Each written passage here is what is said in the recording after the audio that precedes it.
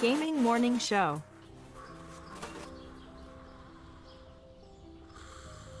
Ah, the sounds of morning. Early in the morning, Birds singing. gotta feed the donkey. The sun peeking above the horizon.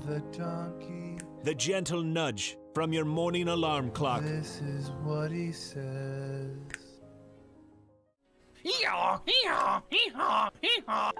A subtle reminder that today is a new day.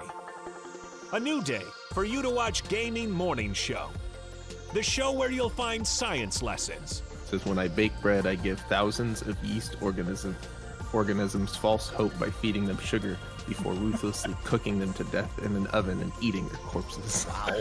I thought you were about bread a whole new way. I thought you were about to say orgasms for a second there.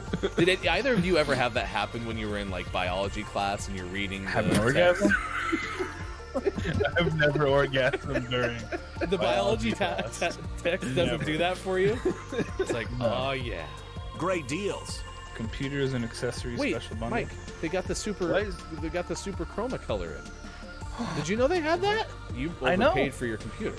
By a lot. I wonder if, do you think they price match? They might. Well, this is half off. Can you take a screenshot of this and try to get a store to price match it? And linguistic perfection. Is that like when I roll my R's? Good. Romance. Great. Romance. See, Romance. it's not a hiss. So let me hear your battle cry. Kiki. Oh! Kiki what? As we all charge into Gaming Morning Show. More like Kiki. Whoa, am I right? Now, if only I could find a way out of this box.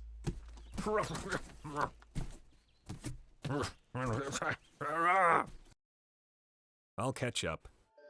'Cause GMS starts right now. Morning, gamer. Welcome. It's Gaming Morning Show. It is Monday, December 13th, 2021. Thanks for being here, wherever you may be. Facebook Gaming, Twitch, YouTube, Twitter, GamingMorningShow.tv, wherever you're finding us. We're so happy that you were here. That is Look, it's Maiko. That is Sean. Arturo having an early check-in, which is nice. Meow. How's he doing this morning? He's needy. How's our little guy? He's quite needy. He, I think he wants out, but I'm sitting here and... Got stuff to do, Arturo. Sorry, bud. Could just be opening doors for you all the door's time. Way over there. Yeah. Here, let him see what the outside looks like. We'll say hi to Bear, and then, Okay. Arturo can kind of live through the window. Do you want to say hi to Bear? I guess so. See? Look. Oh, you're good. He's gonna go say hi. You need some sort of like epic music playing as that opens. I like the Halo theme. Sure, yeah. Just Ryan, like the Ryan Halo has that theme. one. It's like, oh, righty then. Different song, I'm pretty sure. No confirmation. It's good to see Bear. It's good to see Arturo. It's good to see you, chat. Downs is here with the Bear emote. Good morning to you. Scott Chick petting Arturo as one does. Our deputy cat petter is here. Also, KJ already checking in, but having to lurk. Likewise for our head of research and development. A warm welcome to our official head of research and development, K-Laugh. I really wanted to say hi to K-Laugh this morning. Wow. Kyle's was kind of rude though. Like at least KJ came in and like said words and didn't just say hi, lurk. I mean, That's if selfish. K-Laugh at least knows that if K-Laugh doesn't say anything, and then we're gonna be like, unexcused absence, where's K-Laugh? Now at least he said something, and then we can be like, unexcused absence, where's K-Laugh? I don't remember anyone clearing this, so I don't think Mike's on board. Not sold. Not sold indeed. Stick with us. We got a whole bunch of stuff to do, especially in this first hour. Coming up at the end of this hour, we have a surprise video to share with you. It's the brand new look at one of the GMS productions. It's a movie that is in the works. So we're very excited to share that with you coming up at about 6:55 a.m. Pacific time today. Probably replay it later. We have that coming up. We are going to talk to Andrew Kia, who's a writer for a couple of outlets, PlayStation Lifestyle among them. I like Andrew's bio in Twitter because specifically says Ape Escape Enthusiast, and we're going to find out what Andrew's been doing because, like, that's not a lie. It's legitimately, like, very enthusiastic about this game, and is going to tell us a little bit more as to why. Fortnite Chapter 3 on the agenda. We'll talk about that. And 25 years ago, Parappa the Rappa came out. So we're going to talk about that anniversary as well. That's on the way. 7:25 a.m. Pacific time today. Today is National Ice Cream Day. It's Day of the Horse. The what? Horse. Like, they didn't name it Horse Day. It's Day of the Horse. It's like Day of the Dead, but for horses. Day of the Dead Horse. Yeah, don't beat it though. No Michael Jackson. Okay. Don't beat it. I was thinking more like don't beat a dead horse, but No, that's we can correct. Go with the Michael Jackson. Yep. Yeah, don't beat the dead horse. I wasn't aware that Michael Jackson's song was advice on what not to do to the horse. No, it was advice on what to do with the horse. Because he goes, beat it. Just beat it. But you're not supposed to beat But it. Michael wanted you to. That's just rude. Sometimes you No have wonder to. that horse killed him. If you wake up with a horse head. Let me check my records really quick. I do not believe that a horse killed Michael Jackson. That is incorrect. K-Laugh would tell us. Do you have but any K-Laugh's proof not that he here. didn't? That's true. Huh? That's true. Yeah. No, exactly. The proof's in the mail. National Cocoa Day. Is that what's in your cup? Are you drinking cocoa this morning? I am, because I'm out of creamer. So I was like, and then I was like, ooh, I have cocoa, so I made hot cocoa. Oh, the ad-lib mocha. Nice. Pick a pathologist pal day. That's what it says. That is what it says. Pathologist pal day? Yep. You find yourself a pathologist and Really? let them examine your body tissues. Is that what a pathologist does? Yep. They check out like body and bio. Yuck. Yes, of course. Of course.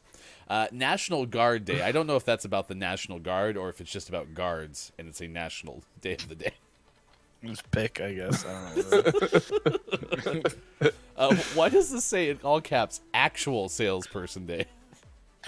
Friday was not actual salesperson day, according to one of our sources, but two other sources said it was today. So Okay. we'll celebrate it today.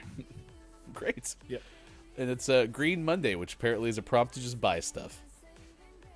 It's like Black Friday and Cyber Monday, but and the next week will be Red Monday, when you realize how much money you've spent on the holidays, and then cry. No, you're in the red. So those are your days of the day. Our topic today has to do with violins. This is not going to surprise me. Violence? No, violins. Violins. I thought we were gonna like beat somebody up. No, it's not National Violence Day. Please be kind today. Kneecapped here? You know, I'm supposed to go. Is today when I'm supposed to go out? Day of the Horse. Kneecap horses? Is that what I'm doing? Or horse. I'm real horse. National Jingle, jingle. Violin Day. Today is National okay. Gotcha. National Enunciation Day. Make sure we're all on the same You gotta be page. careful today. Yes, please. Don't get ahead of yourself. So I wouldn't be surprised because Sean's good at everything. We are asking you, what instruments can you play? Which we know Sean can play several. But have you or did you successfully play the violin for a stint of time? No, I can make noise on violin, but no, I can't really play the violin. Wow. Stringed instruments outside of guitar. I don't really have Not much really a experience jam. there. Okay. That's a pretty big breaking news. Yeah, I Jeez. really thought Sean could play everything. So Well, I don't care my anymore. reality has been shifted. So, what was there something about stringed instruments, sans guitar, that were just too hard? I just never went down that road. Oh, okay. I'm sorry. So you could have. Maybe. Probably. Can you just, for the sake of Hold on. things, say that they were too difficult? Please? Let's go.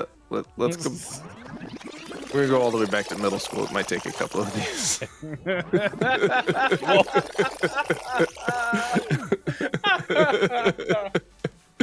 Imagine you're in the middle of your middle school classroom, painting the word picture for you. I never tried the violin. The only instruments I ever tried were piano and saxophone, and they were fine. I didn't fail, just didn't want to keep playing. So it's not a failure, I don't suppose. I don't know. I never tried another instrument, so I can't say I tried something else and failed. But you know, because I mean, instruments, most people can pick them up, right? You're so musically inclined. Or is there some people who just like cannot do music? Yeah. Really? I cannot. I've tried multiple things: guitar, ukulele, piano, didgeridoo. Just can't do it. I Buttsichord. don't have the coordination. No, I can play that. I can play the buttsichord. Buttsichord. Yeah, especially the all natural kind. So, yeah. I like didgeridoo, am I right? Whoa! I've never put the didgeridoo against my butt. That's no. a great idea, though. Oh no! Great I idea. instantly regret what I just said. But remember, that's why Harry Clarence Styles A fan of Hildart Duff and Harry Clarence Styles. has a buttsichord tattoo. It's the first instrument Harry ever learned how to play. So you and Harry might be the only two buttsichord players. Maybe. But you weren't born in our Obviously not, because remember his mentor is the one who told him how to do it. All right. It's Six Finger Jack or something. I don't remember his name. We should really have our lore. The lore, Steve. Yeah, should have it in line. Good moron to you, Gabe Pride. It's good to see you. Top of the Mora. Do you have soap? Gabe Pride. Has Hey, it shown Gabe's up? here. Did you receive Did you mute us? your Look It's Myco fulfillment? Does anyone have my Dr. Squatch soap? Yes. He did the thing where we can't hear him anymore. I always forget if everyone can hear us when we can't hear him, or if They can. or if he also can't hear us. We should see a bunch of bad words to test it out. No, I don't know if we should do that. I don't think that's the right move. No, I wouldn't do that. No, we're good. We're good. The soap's been secured, is what I was saying. Okay. Gabe Pride has the soap. The soap has been secured. Perfect. It told me it was delivered, and we're all set. So hopefully over the weekend, Gabe cracked open one of those soaps and gave it a rub. I know that sounds weird, but I mean, What you do with what soap? else are you gonna do with your Yeah. Dr. Squatch soap? No. You gotta, you know. It's not like you would just I mean, keep you it could in just the put box it on your desk. Yeah. You just leave it here. Don't do that. That's just no way. That would never Right, happen. right next to your peanut tasty. You gotta eat that. Nope. You haven't been There's not a- you haven't been so hungry Nope. that you just did bust open the knockoff Snickers. Absolutely not, because like I said, it looks. The other one was so disgusting that no. All right. But you're not yourself when you're hungry. Have Do a you peanut really tasty. think eating a peanut tasty is going to help you? You're not yourself, so eat this, and then you'll really be pissed off. In those Snickers commercials, the person becomes who they actually are. In our mock commercial, you could have a peanut tasty become like part of who they are, so you don't Or get all just the way back. you turn into an animal, and you're like, ah, great. Now I'm a fish. Gabe Pride headed into my chemistry final exam. Have a good show. Good luck with your Hey. chemistry final exam. Hopefully that eucalyptus soap will help you get through your chemistry test. I heard Dr. Squatch soap, available online at drsquatchsoapco.com, can help you on your chemistry test. Did you say If you- .co.com? Yeah, sure did. If you can always write the answers on the bar of soap, because what teacher and just sit there and be like, I mean, a teacher's not going to be like, hey, stop sniffing that bar. You know, professor, sorry, you're in college. I apologize. They're not teachers. Hey, step back. Wow. Don't want to hurt the professor feelings. Nope. Don't want anyone to be upset. Top of the moron to you, Good moron. Brendan_TTV. It's good to see you this morning. Coming up, we have stories of a bear cub going after a reindeer, but it's not the kind of reindeer you may think. The Is that Delaware yours? highway signs are having a This little is bit of mine. a problem. And there's a pole and a panther. Is it a sweet pole? Maybe. Find out. It's coming up. Gaming Morning Show. We also have the news, birthdays, this day in gaming history also on the way. So, can't wait. Everyone have a solid weekend? It was pretty good. Yeah? Did I see you this weekend? Exhausting, but I saw you Friday. No, that's right. We did see each other Friday. Very nice. Friday. Saturday was busy. We had our company party up at Top Golf. That was fun. Not the GMS holiday party. Just want to point that out. Nope. Sean's actual work Nope. party. My IRL job, real. Just didn't want company anyone to feel party. left out, you know. We topped the golf. It was good. Nice. Did you hit the backstop? I guess it's not a backstop. You know- It'd be the Like G- behind you? Oh yeah, sorry. The backstop's a different part. Did you hit the far end? No, not quite. Okay. No, Almost there. no. Did you We win? did play. No, I didn't do that either. Oh, sorry. We played multiple games. We've all just kind of hung out and played for a while, and then we had 3 bays, and we played one game, and then took like the top scores from the first game, and they went to a bay and like had a second round to decide who the winner was. And in that last game, we played a version of Top Golf that's Angry Birds. And about halfway through, I stopped trying to play golf and I started trying to play Angry Birds. And it just hit like really bad hits, but on target for the Angry Birds Nice. part of things. Nice. And that went way better. It was fun. Nice. Did it make Angry Birds sound effects? No, That would have been better. no sound. It did need sound. So were you like hitting at pigs? Yes, on like the TV screen. Like in the real world, you were just hitting it into like the middle of their field. But if you looked at the screen, based on like where the different holes were on the Top Golf field, there was on the display. There was like ours was ice themed, so there was like an ice castle with pigs and stuff, and you had to attack it. It was kind of cool. Someday that's Crazy actually going to be like a VR thing, but you won't have to have a VR headset. So from your bay, you'll be able to see the birds, but then It'll be, like like, other projected. people won't be able to see it. Yeah, that'd be pretty cool. Or they'll just like genetically create actual pigs that they'll just throw out there that are green and wear crowns and are evil. Oh no, we're gonna put big pigs out there for our enjoyment. It's gonna be awful. Well, they'll apply for the jobs. Oh, okay. Yeah, no, we're not gonna like. Genetically engineer. Yeah. Yeah. Okay, that's good. I mean, we will, but then we'll let them like make their own kind of choices. We have a legitimate question from Brendan. There's been a broken alarm on my block since 3 a.m. How the f do you all wake up at 4 every day? Well, technically, nobody wakes up I at don't. 4 every day. Yeah. I get up at 6. Yeah, I mean, Mike's cheating.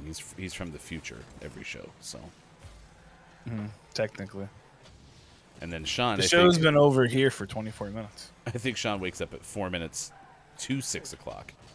So that's close. I got up at 4:45 today, so I woke up right on time. It was great. Nice. Yeah, how was the future? What are we going to learn in 3 hours? Things.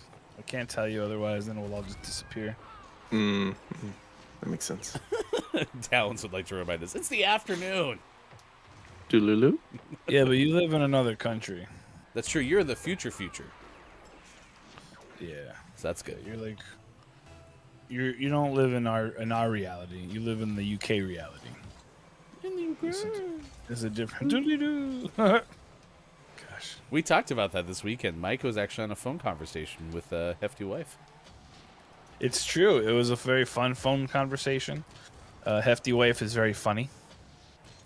She got the funny genes in the family. Talon says there's flying cars there.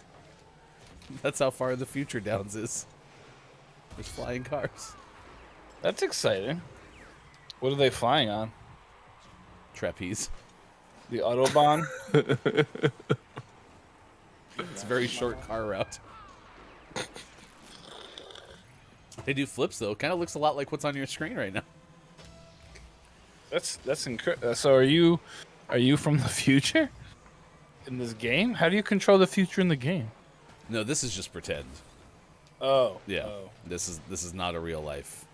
What you are seeing right now is not real life. Mike, did you not get in the game again? Nope, sure didn't.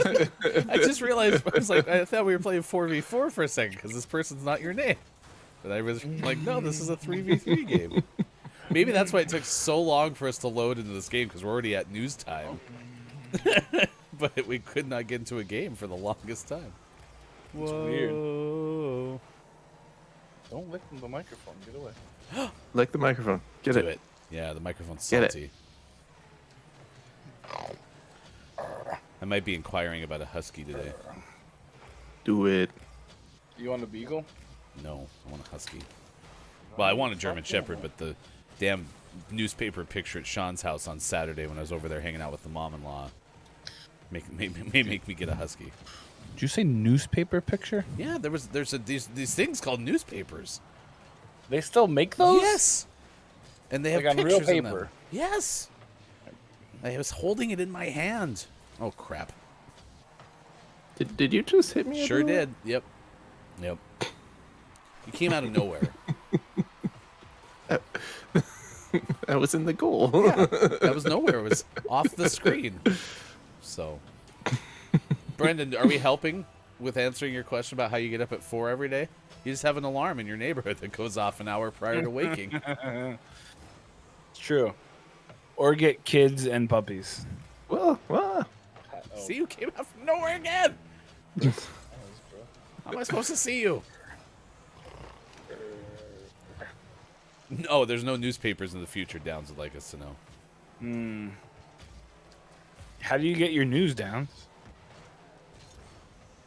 It certainly isn't from a interconnected network of computers. I don't think that doesn't exist yet. Al Gore doesn't invent that for another 12 years. Al Gore. Well, Al Gore's head. Sorry. Yeah. Yes, of course.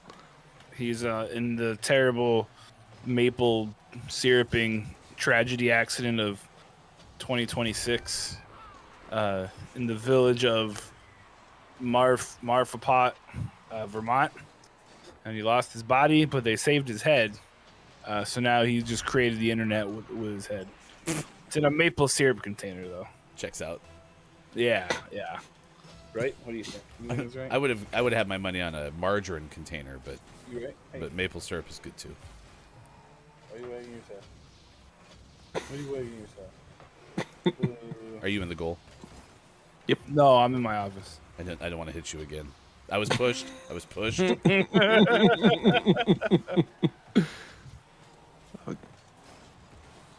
it! Look at that! Maybe it. Oh gosh, no! Stop! Thank you. Okay, we did it. All right. 6:28. We're super late. We got things to do. Oh my gosh. Which dog is with us this morning? Is that Dixie? Is Delilah. One is brown and the other one is not. I don't remember. Delilah is the brown one. Okay. Hi, Dixie. It's good to see you this morning. He called you Dixie. What do you think of that? That's what you think? Okay. We don't have any dog sound effects. We need Bob doing dog. No, I said a dog. So I mean, this one's kind of like a cat. Oh, you want to leave now? You offended? Sorry. Bye, Dixie. It's good to see you. All right, it's 6:28 over on the West Coast. 9:29 now on the East Coast. It is 2:29 for those watching GMS in the afternoon. A very rapid fire first hour because we got a surprise video for you, a new trailer for the GMS Productions movie that's coming out later this year. So that's on the way at about 6:55 after birthdays this morning. We have that. I'm going to talk to Andrew Kia about 7:25 a.m. Pacific time today, and we have some beers of the day to get to.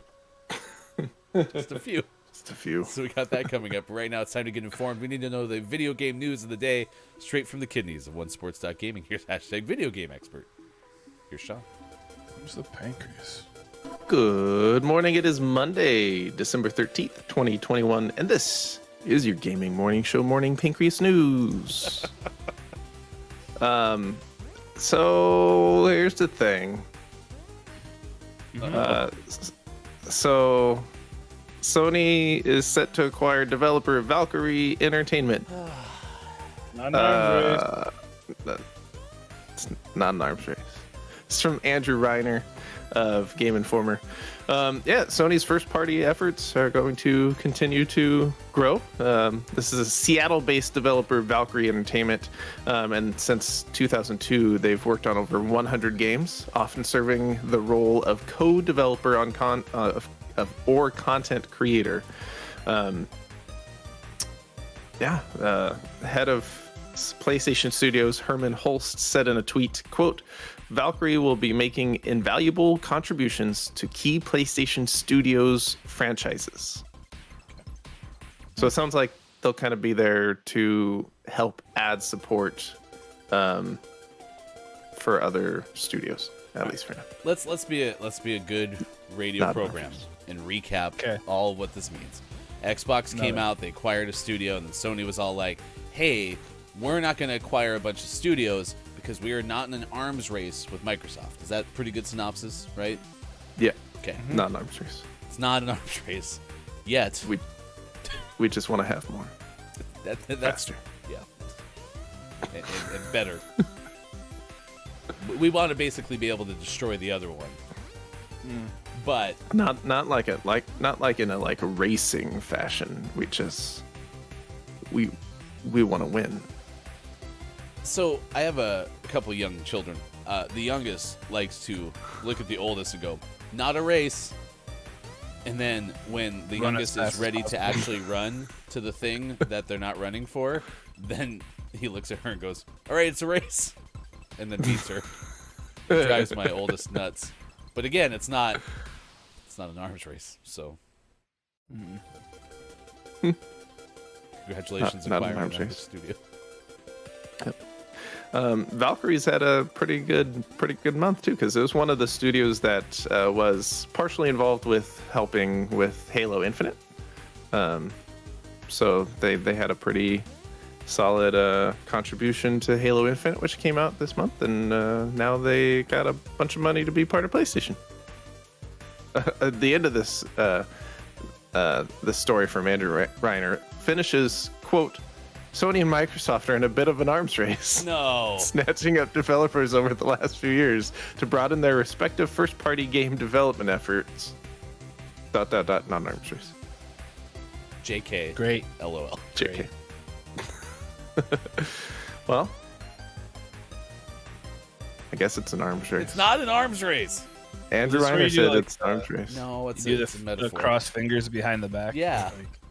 I promise this isn't an arms race. Why are you always laughing after you say not an arms race? Not. Why are your hands always behind your back? Not an arms race. Speaking of Sony, segue. Sony finally announced PlayStation 5 console colors. They come in red, purple, black, blue, or pink. These are pretty fantastic. It's the Galaxy collection, and they look pretty nice. So if you want your PlayStation 5 to have fancy colors, now you can do so. The covers will be available in the first half of 2022, starting with Midnight Black and Cosmic Red in January. Nova Pink, Galactic Purple, and Starlight Blue will arrive in the following months. 2 versions of each color will be available, one to fit the PlayStation 5 Digital Edition and another to fit the one with a disc drive. Additionally, the 3 colors that aren't currently controllers, so Nova Pink, Starlight Blue, and Galactic Purple, will also be available as DualSense controllers sometime in 2022. Can I You can match. just get a PlayStation 5? Yeah, I was just gonna say, like, do you just order and hope that you get a PlayStation 5 eventually, or will this also fit the PlayStation 6?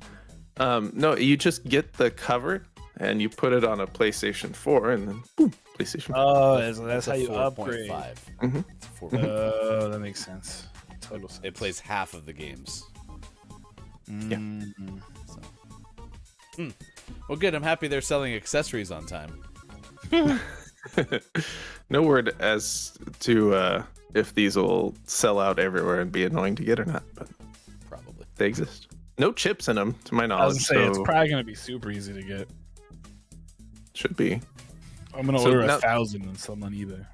Now the question is, so I have a white controller and I have the black controller. Do I get the black cover so that it matches, or do I get? I mean, the purple one does look pretty nice. Can you go half and half? I'd have to buy two and then put one of each on. Well, no, you already have white on one side. Then you Oh, go- like black Yeah. and white. Mm-hmm. That could look pretty Because nice. it matches your controllers.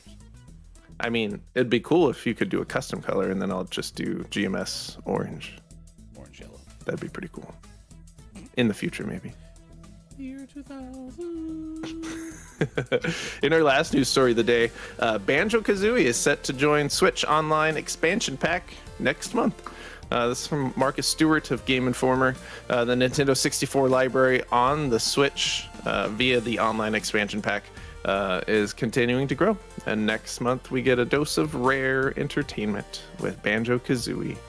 The game's going to join the service sometime in January, but there's no exact date as of yet. Banjo-Kazooie is a 1998 platformer, which everyone loves because it's the best. I remember watching Hey It's Brendan _TTV play Banjo and Kazooie. It was pretty okay. It's a fun game. I am a fan. No word as to when Banjo-Tooie might be available. That's a really scary witch What'd you call me? on Twitter. I watched GMS. And always last but never least, we finish off today's Gaming Morning Show Morning Gaming News with the world-renowned segment within a segment where we take a look at what is out today, like Shovel Knight Pocket Dungeon, out on PlayStation 4, Xbox One, Switch, and PC.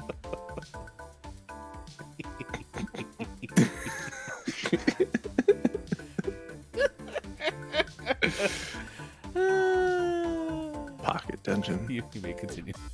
I got my giggles out. And for the most prestigious award in video game focused morning shows, your favorite segment within a segment within a segment. Today's name of the morning goes to My Universe, Doctors and Nurses, out on Switch. That beat Pocket Dungeon? Yeah. What are we doing? It's Pocket Dungeon. Come on. But Sean knows a lot about Pocket Dungeon, apparently. I know too much about Shovel Knights. I told you not to come in my room when I'm playing with my Pocket Dungeon. Do you keep that near your tube amusement device? Yep. One of the same. Well, that's a shame. The good news is because it's not name of the morning, probably have the makers of Shovel Knight Pocket Dungeon on the show faster than we could. They had the names name of the morning, so that's a win. Very excited I think about that.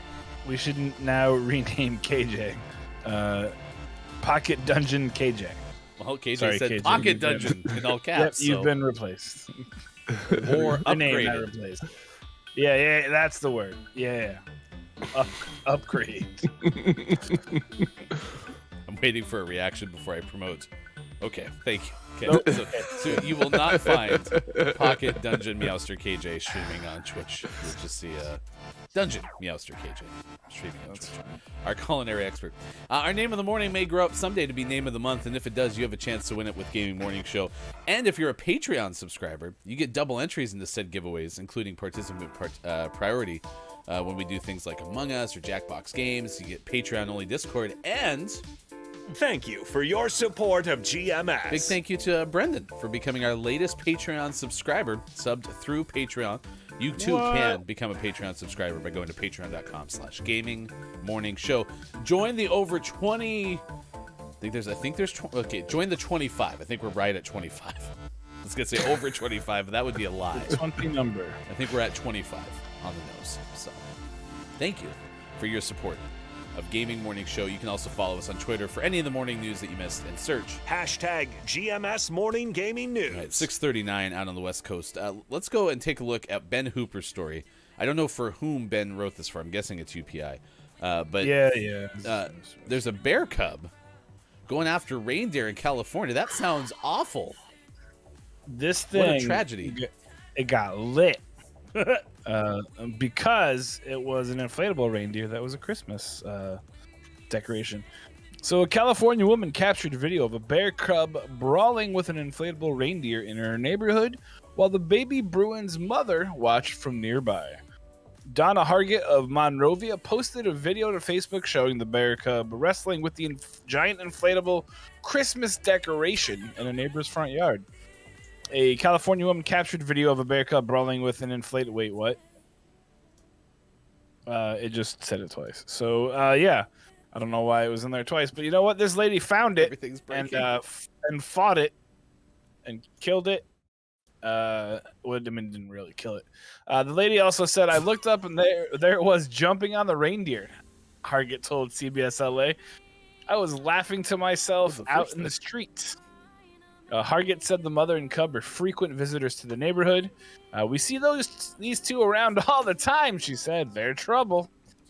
Hargett said bears often come down from the nearby San Gabriel Mountains. She said the animals once broke into her home. Wow. Through the window one time, she said there were scratches on the wall and Could one you got up imagine? on the bed. There were Bear in the window. The bear didn't try to get in. So yeah, there's a video and it's actually really adorable. Nice. But the bigger story is this lady was victimized by these bears, and I think it's sad no one's talking about it. I think the picture behind Sean, that is actually what the bear was trying to do. The bear saw this picture and was like, I want to ride the reindeer. I want to do that. Yeah. So sometimes when there's a story, I think of something I want to search for, knowing that it's just not going to happen. And this time I searched for bear riding a reindeer. And there it was. It was amazing. Yep. All my prayers were answered. The internet's an amazing place. It's something.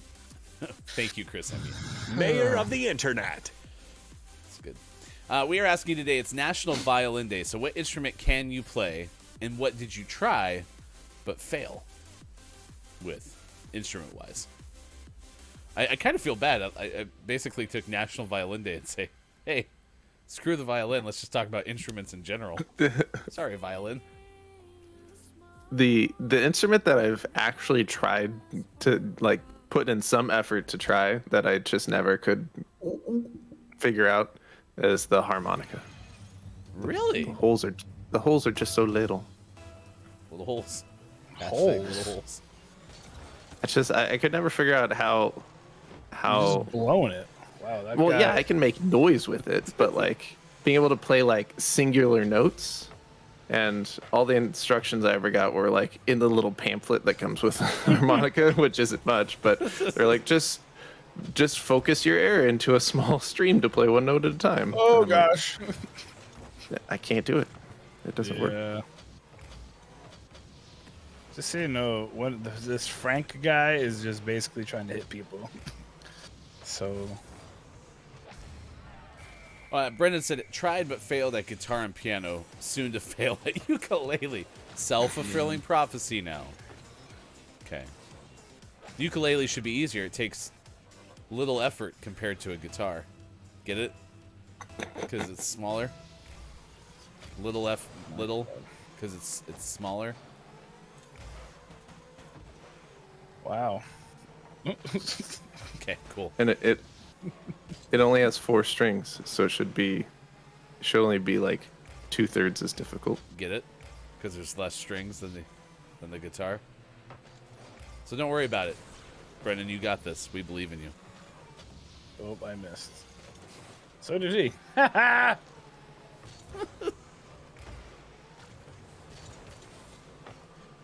actually played Rocket League recreationally for 45 minutes the other day. Why? Because I wanted to complete the battle pass. I want the goal celebration. Oh. You should talk to Quiet. Quiet plays this, I find, a lot. I think Quiet is cracked. He won't ever tell us, but yeah. Quiet about his gaming ability. Oh, look, there he is. Look at that. Quiet. You're a pro at it, son. Nice. Quiet, I am Rocket League gaming.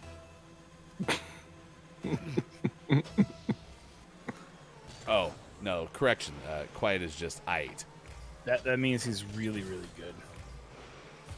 But That's just, what someone. but just aight.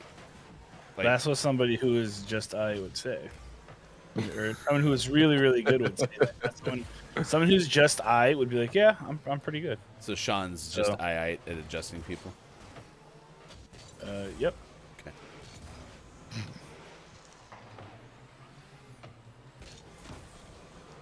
Also, hello. Yes, good morning to you. Quiet. It's good to see you. Good morning.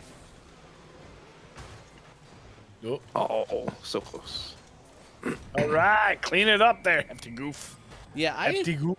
like I said, I never put much effort into the musical world, so I could never get my feet when I was trying to play drums. I could never get my feet and my hands to work with each other.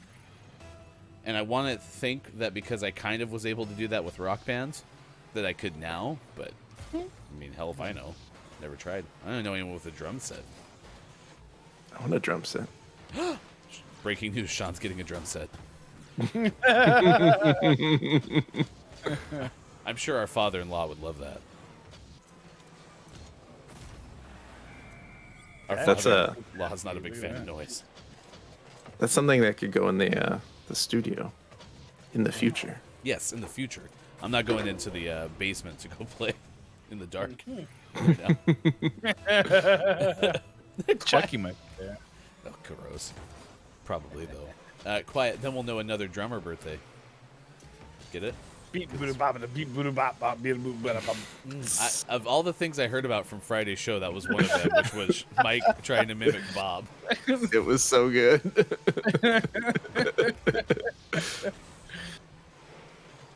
We could do a side-by-side if we have a drummer birthday today. Man. Oh, I just got the 100 boost. Well, don't you remember I said I was playing recreationally Yeah, the other day? Now I'm Hefty is cracked. Holy jeez. Put it on a pancake. I did! 4 times. I have pancakes on top of my car. 4 pancakes. Making the game go way too long. Quit scoring. I have stuff to do. We have lots of things. If you didn't hear the tease, special preview of the first GMS movie coming up shortly.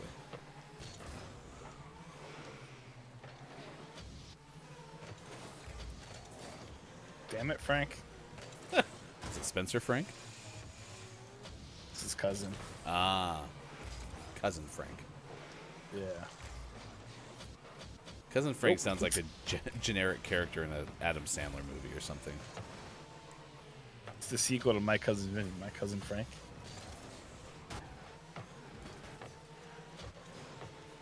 My cousin Frank.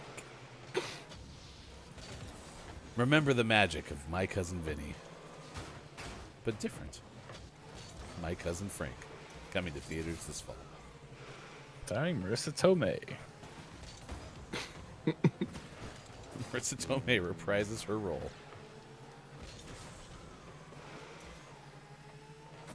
Ah, there we go.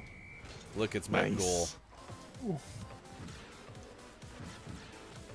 How's it feel to score a goal this morning? Is that going to set your day off in a good way? My day has already been amazing, so Oh, there we go. I'm geeked. That's what happens when Get you live in the moving. future.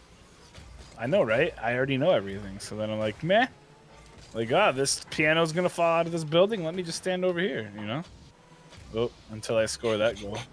I couldn't stop it. I Like- couldn't stop it. I tried. It wasn't technically me. It was Frank.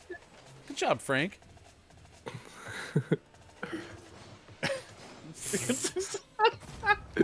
You really did try. I tried. Sounds like, no. Oh, man.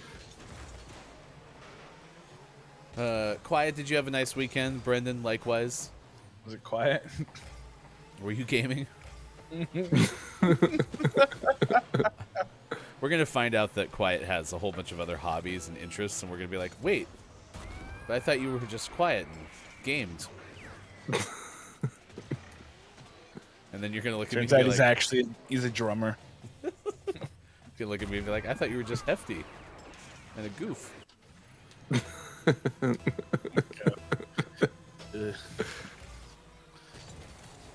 It's amazing how much more I hear the word hefty now. Like, just when people are talking in general sentences.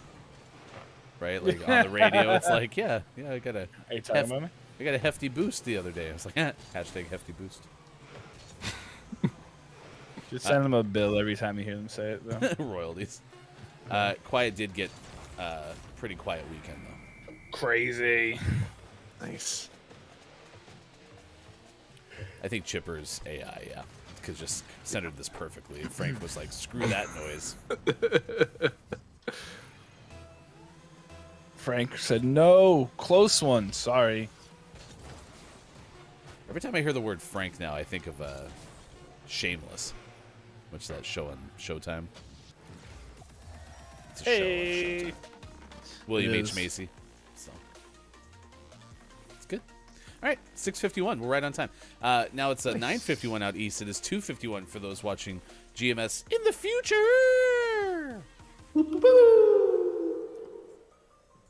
Is that blue? Sounded like blue. Why is blue here? It's in the future. Everything's blue. Double D. Double D. All right, we have a lot to do, so let's get right to it. Birthdays this day in gaming history. If you have a birthday to celebrate with us, please let us know because we would like to celebrate with you. Today, holy cow, Dick Van Dyke's alive, 96 today. Sorry, Dick, but I didn't realize Dick Van Dyke was alive still. Yeah, That's still good alive. news. Oh, Dick. Gotta love some of that Dick. Van Dyke. Van Dyke. He's great. He's classic. Mary Poppins. Yep. It's also Dick Van Dyke. Oh, he looks so happy in that picture. That He picture was does. this year. Look how happy he looks. Yeah. Well, good for 96. Dick Van Dyke. Still alive. 96. Steve Buscemi. Congrats. Steve Buscemi's. No, I'm just kidding. I'm just kidding. Oh, God. Just kidding. That's not what the birthday segment's going to become, which is hefty surprise someone's alive. Steve Buscemi is 64 today. Nice. 64, the 69 of Was 64? Steve Buscemi in the island?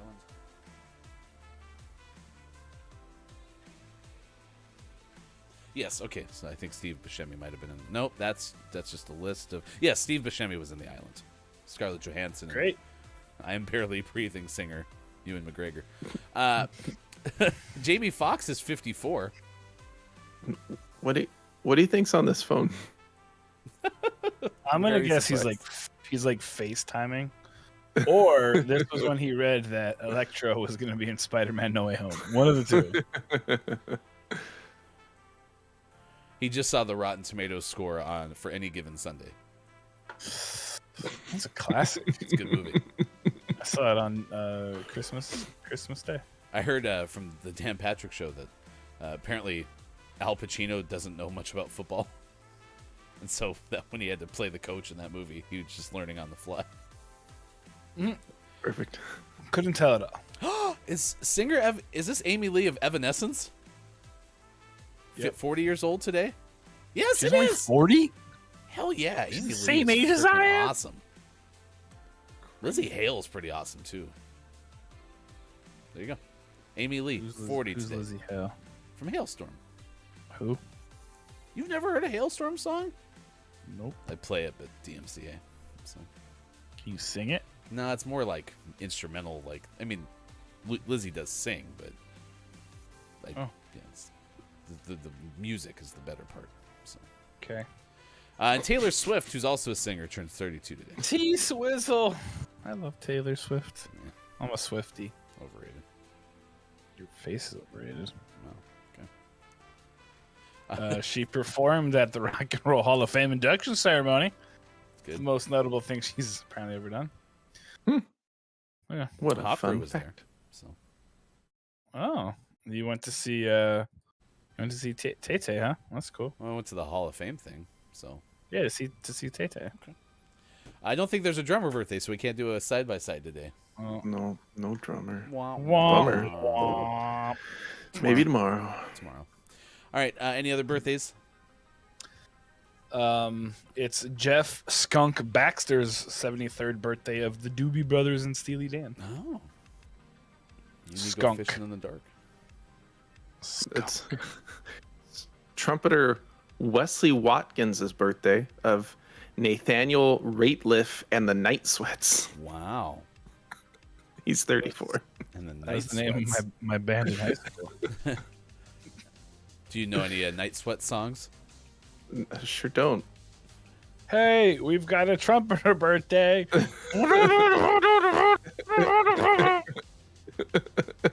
That was even better because of the noise gate. Yeah. Really came like in and out. It was fantastic. So it's like, I'm not making this happen.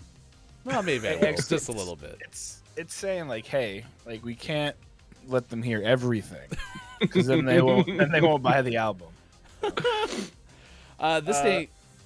Oh, there's one more. There's one more, and this one makes me chuckle. It's singer guitarist Tom DeLonge of Angels and Airwaves in parentheses and Blink-182's birthday, and he turns 46. But I like how Angels and Airwaves got like the header on that, and then they're like, and Blink-182. Oh, okay. Great. That was the Tom of Blink-182. The Tom, yeah.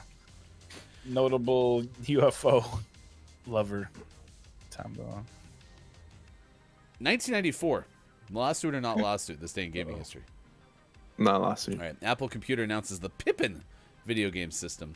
There's a specification specifically that they were making with this. Did you just say pip pip hooray? Pip. No, I just said pip pip. Oh, sorry. You got Hooray! it. Hooray. That works. It's a PowerPC 603 processor, produces graphics with 640 by 40 resolution, 24-bit color on the television, uses CD-ROM discs. All right. And a license is granted to Bandai, before they met Namco of Japan, to manufacture and sell units tentatively called the Power Player. So you were correct, by the way. Not a lawsuit. job. So I got lost in the moment. So Correct. 2003, Sony releases the PSX in Japan. The unit combines a PlayStation 2 with DVR and DVD player recorder. Price is close to Holy $1,000 jeez. US. Holy spicolies, that's a lot of money. See, listen, this is the thing that I was most excited about with the Xbox One, is I actually like the idea that it would, like, you could be like, put on ESPN, and it would put on ESPN, but that was like the flop of the whole Xbox One. They were like, no, we just want a video game machine. So I would've Dude, been up for this. the thing with the Kinect was horrible because it was I hated it because like you'd sit there and then it would be like, oh, would you like your friend to play with you? And you're like, I'm alone in a room. What the hell? So And then the Kinect's like, what about that guy? yeah. You and you're turn like, around and okay. see like a flash. You're like, what? And you turn it off What? and promptly turn on every single that? light in the house You think and you're alone. get a baseball bat Are because you, that would help against a ghost. are you sure you don't want them to play? This is awful. 2003, Sony released the PSX, as I mentioned. Then 2005, Midway put out Gauntlet, 7 Sorrows. That was for Xbox and PlayStation 2. Okay. God. All right, Andrew Key is going to join us next hour. We're going to talk to the writer for Siliconera and PlayStation Lifestyle, Ape Escape Enthusiast. We're going to talk about some of the deep dive investigation that Andrew's working on with that game, the sequel that never came to be? Question mark? I really don't know. Let's do the beers of the day, and then we'll send you out on the trailer for a new GMS production. We're very excited about this movie that we've finally been able to get the trailer released for. So that's coming up very shortly. It's 6:59. So today is Monday. I was not here Friday. Did we do beer of the day on Thursday? Yes. We did it on Thursday. Okay, so we only have to go a little bit back. That's fine. So it's time for the beer of 3 days ago. It's time for the beer of today. The beer of the day. Here, look. It's the beer of the day. Toot toot. Glug glug. All right, so this is December 10th, today. 2021. Cuvée Van de Kaiser. Cuvée Van de Kaiser. Very fancy Guden bottle. Carolus. It's 11.0% Oh gosh. by volume. It's a strong one. It's a 2016 beer. It says every year on the 24th of February, we celebrate the birth of Emperor Charles Quint. Therefore, we brew a dark ale called Golden Carolus Cuvée Van de Kaiser. I don't believe that you're saying real things. I'm saying what I can. The exceptional ale ages well, developing a refined complexity and intense aromas. An imperial brew to cherish and enjoy in moderation. So you said this beer was made in 2016. Yeah, it's the 2016 version. So beers have like a shelf life like wine sometimes? I think it depends on the beer. This one apparently ages well. Okay. Hope it's not moldy. So It's going to be delicious. all right. Beer is and- old and moldy. Where's the pizza? And strong. All right. Are we back in present day or do we need to I don't know how this works now. Do we do the beer What? tomorrow at this point? I think we're back to Monday. Okay, ready?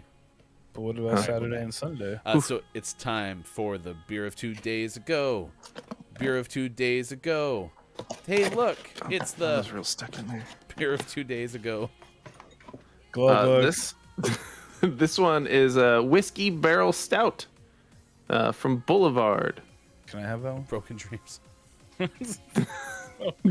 Boulevard Brewing Company whiskey barrel stout. That says nothing.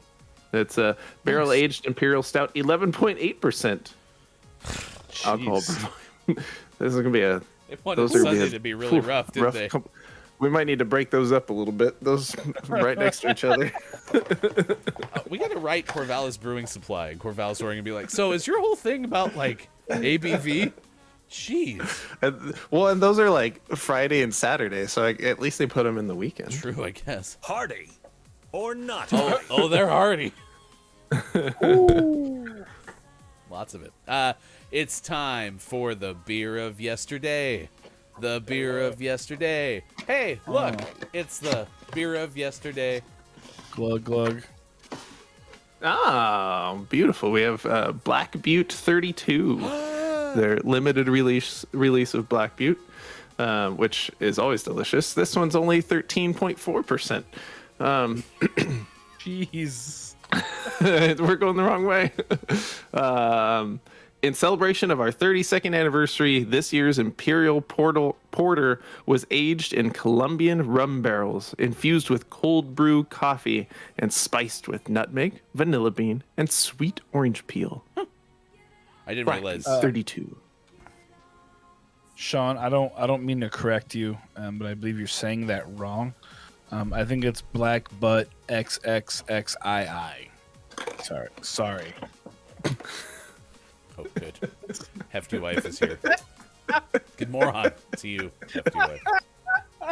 Good moron. Apparently, we have the ruler of all things hearty or not hearty.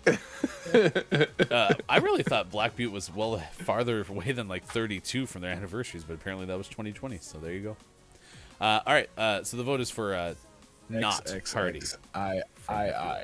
It's time for the beer of the day. The beer of the day. Hey, look! No way. Finally, it's the beer of the day.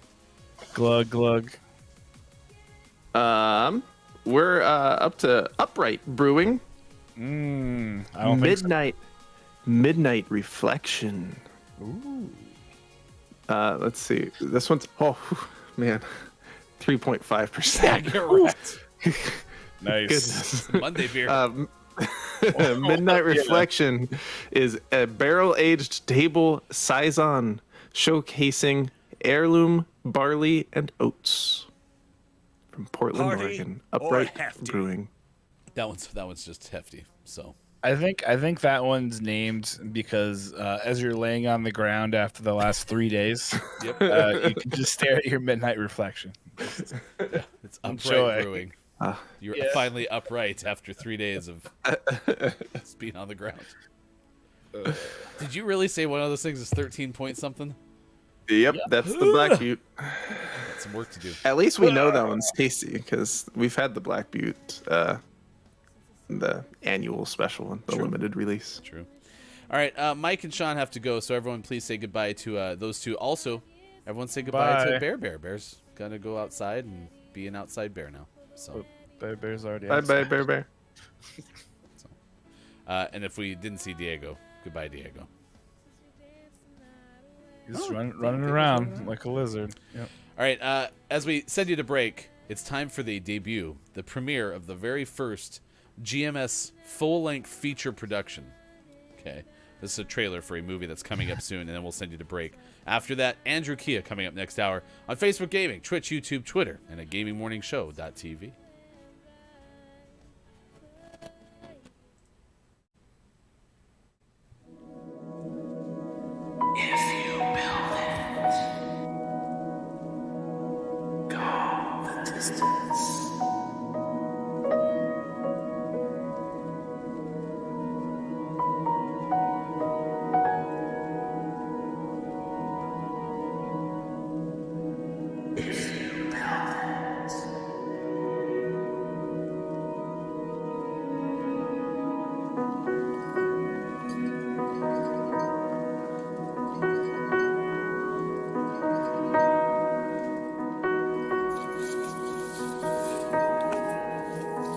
That's it? This.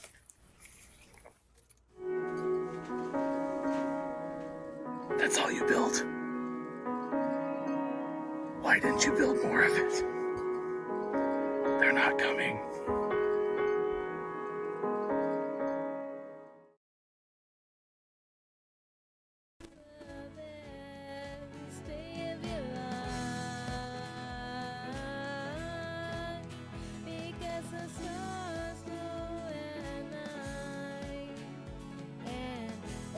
Shine so bright. Just know that this is right for you. Oh, for you.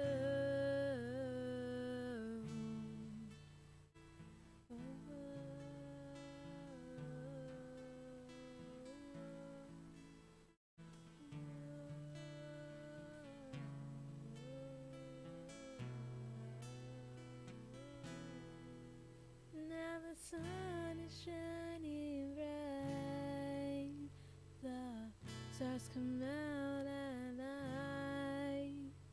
My heart is full and bright for you, because the stars glow at night, and oh, they shine so bright. I hope this is the best.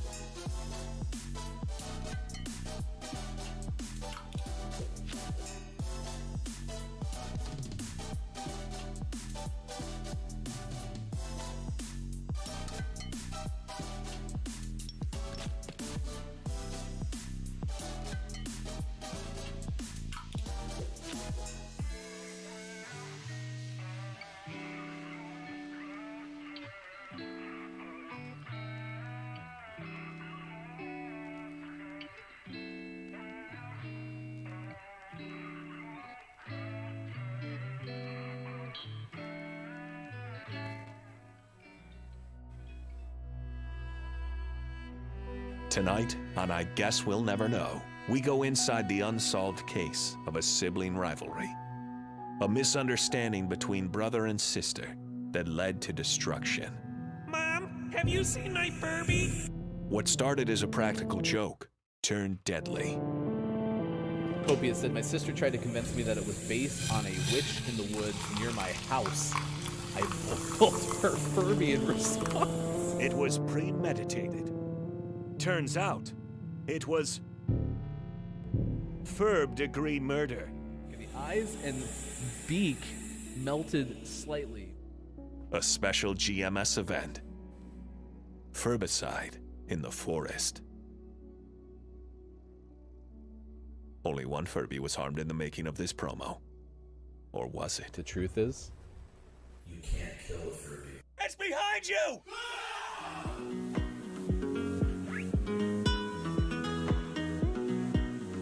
we're trying to heist something from like a bank. That'd be a capo keeper. I was thinking like capers, like the little What if it was like a Briny little balls. briny ball? briny. Do you think anyone's ever planned to steal a bunch of capers and it was a caper? Ooh, yes, I like that. Coming this fall from Gaming Morning Show, caper.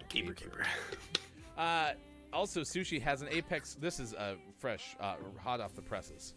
Can I think actually Austin's getting the news right now as we speak. Oh yes. Go ahead and toss it to me then. No, not the. Sorry, this is a news term.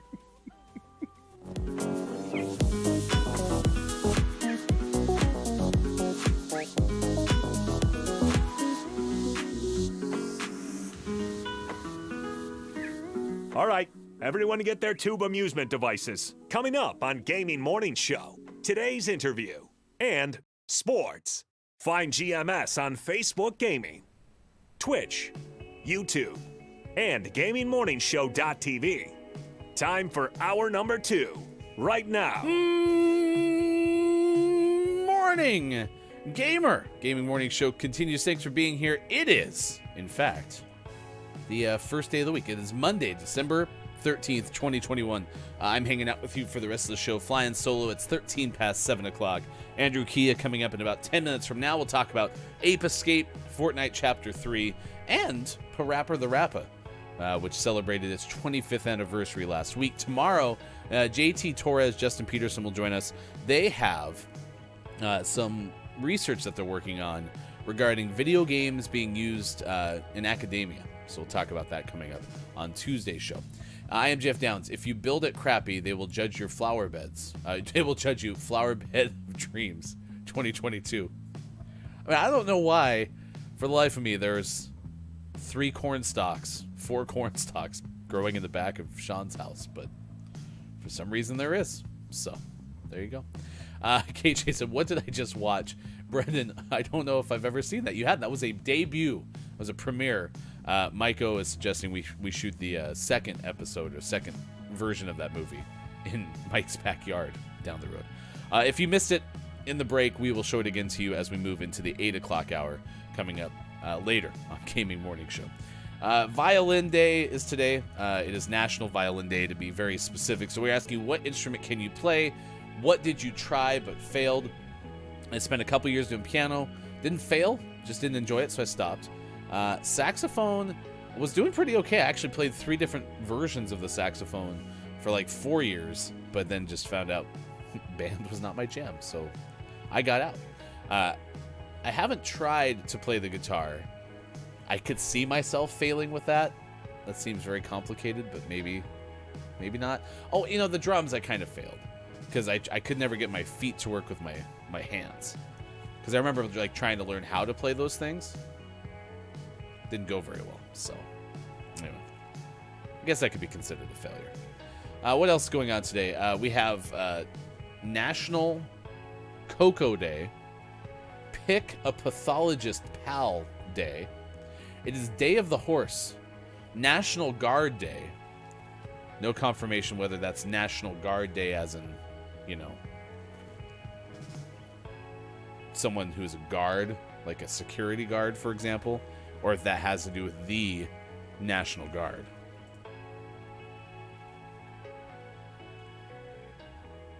So who knows? Yeah, that's what's going on today. Coming up, we'll talk to Andrew. It's National Ice Cream Day. It is actual Salesperson Day as opposed to fake Salesperson Day, which we had on Friday. And Green Monday, which is another buy stuff holiday. According to nationaldaycalendar.com, by drawing the bow across the strings, the violinist manipulates the sound in several ways. A violinist uses numerous bowing techniques to master the violin.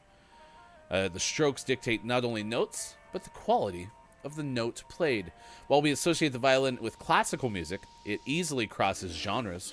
For instance, the violinist demonstrates the versatility of the violin by extensive use in Baroque music, jazz, folk music, rock and roll, and soft rock.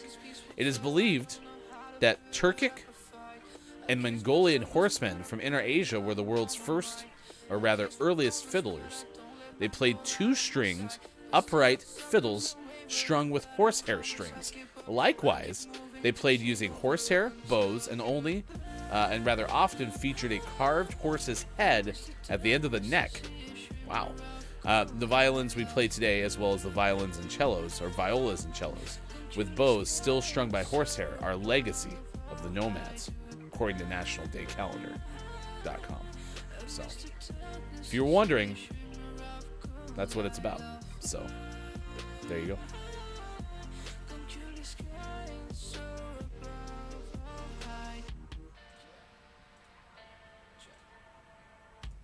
I think I had some files syncing in the background. It was sucking up my bandwidth. My apologies.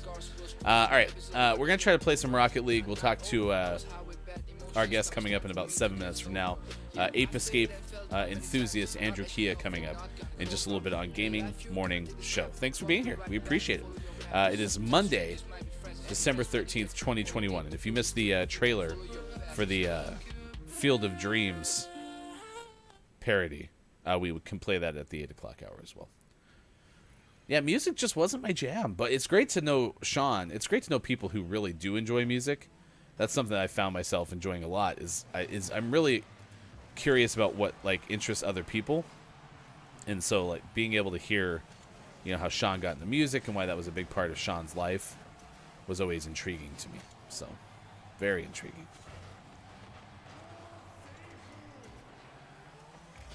The weekend was good. We spent Sunday or Saturday doing a couple of like online type things. My wife and I were part of an escape room that someone put on. It was a virtual escape room, so that was kind of cool.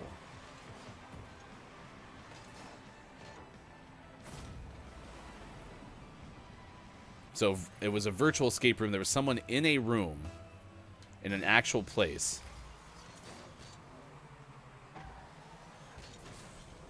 And it was neat because they would sit there and like try to help you. Oof. We got a lot of desync. This is kind of funny to watch because I can't move my car. It's not working. What's going on? Come back. We scored as a result. Yeah, there's some definite desync happening. Dungeon said, I've learned but do not play trumpet, trombone, electric bass guitar, piano, flute, and piccolo. How'd you learn all of those? That's pretty okay.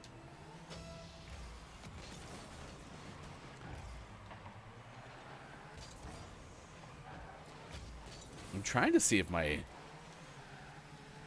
So according to OBS, my bandwidth is back. And we're no longer dropping frames. But I don't think the video game is caught up.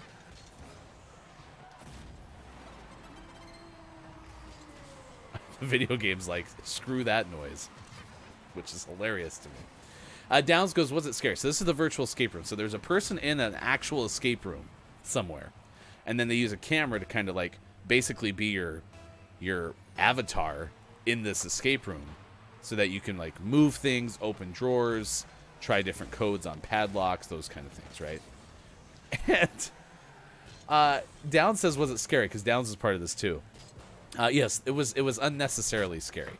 We could have told that story without having to have, blood and severed hands, which was part of the premise of this particular escape room. Didn't have to be like that, but it chose to be like that, which I didn't necessarily appreciate.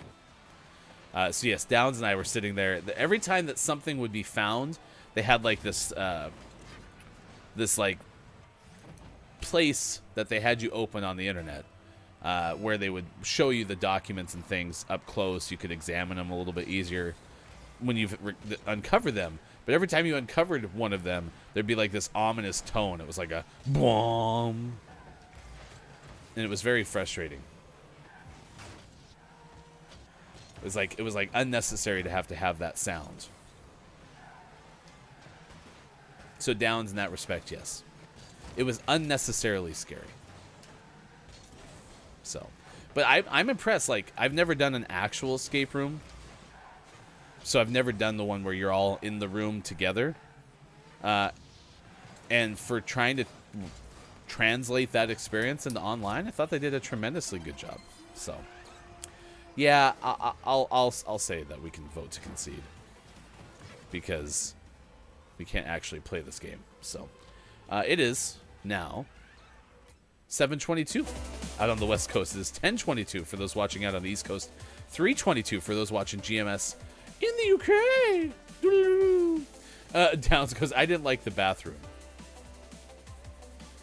The bathroom was kind of scary. Yeah, that whole thing was not really my jam. I don't like to be scared, though. We know this about me, chat. Have you ever watched us play Fudge Village? Well, if you haven't, you could. Go to our YouTube. We have some highlights there, but also join us for GMS Plays. Tonight, we are not playing Fudge Village. Tonight is Season 2 of Minecraft with Sports Talk Gaming. But we may, in the very near future, have another episode of us playing Resident Evil Village together, Sports Talk Gaming and myself. I don't like to be scared, so it's a somewhat entertaining experience that you can find going to our website, GamingMorningShow.tv. All right, what time is it? 7:23. 7:23 now out on the West Coast. Coming up, we'll tell you a story, a very fun story, about a Delaware highway sign that misspells a pretty critical part of the information that it needs. So we'll tell you about that story coming up in just a little bit. Also, we have a story on the way about a panther that was rescued off of a pole. However, panther may not be what we're advertising. So we'll tell you that coming up in just a little bit on this edition of Gaming Morning Show. It is 7:24. We got an interview. Talk to Andrew Kia next on Gaming Morning Show.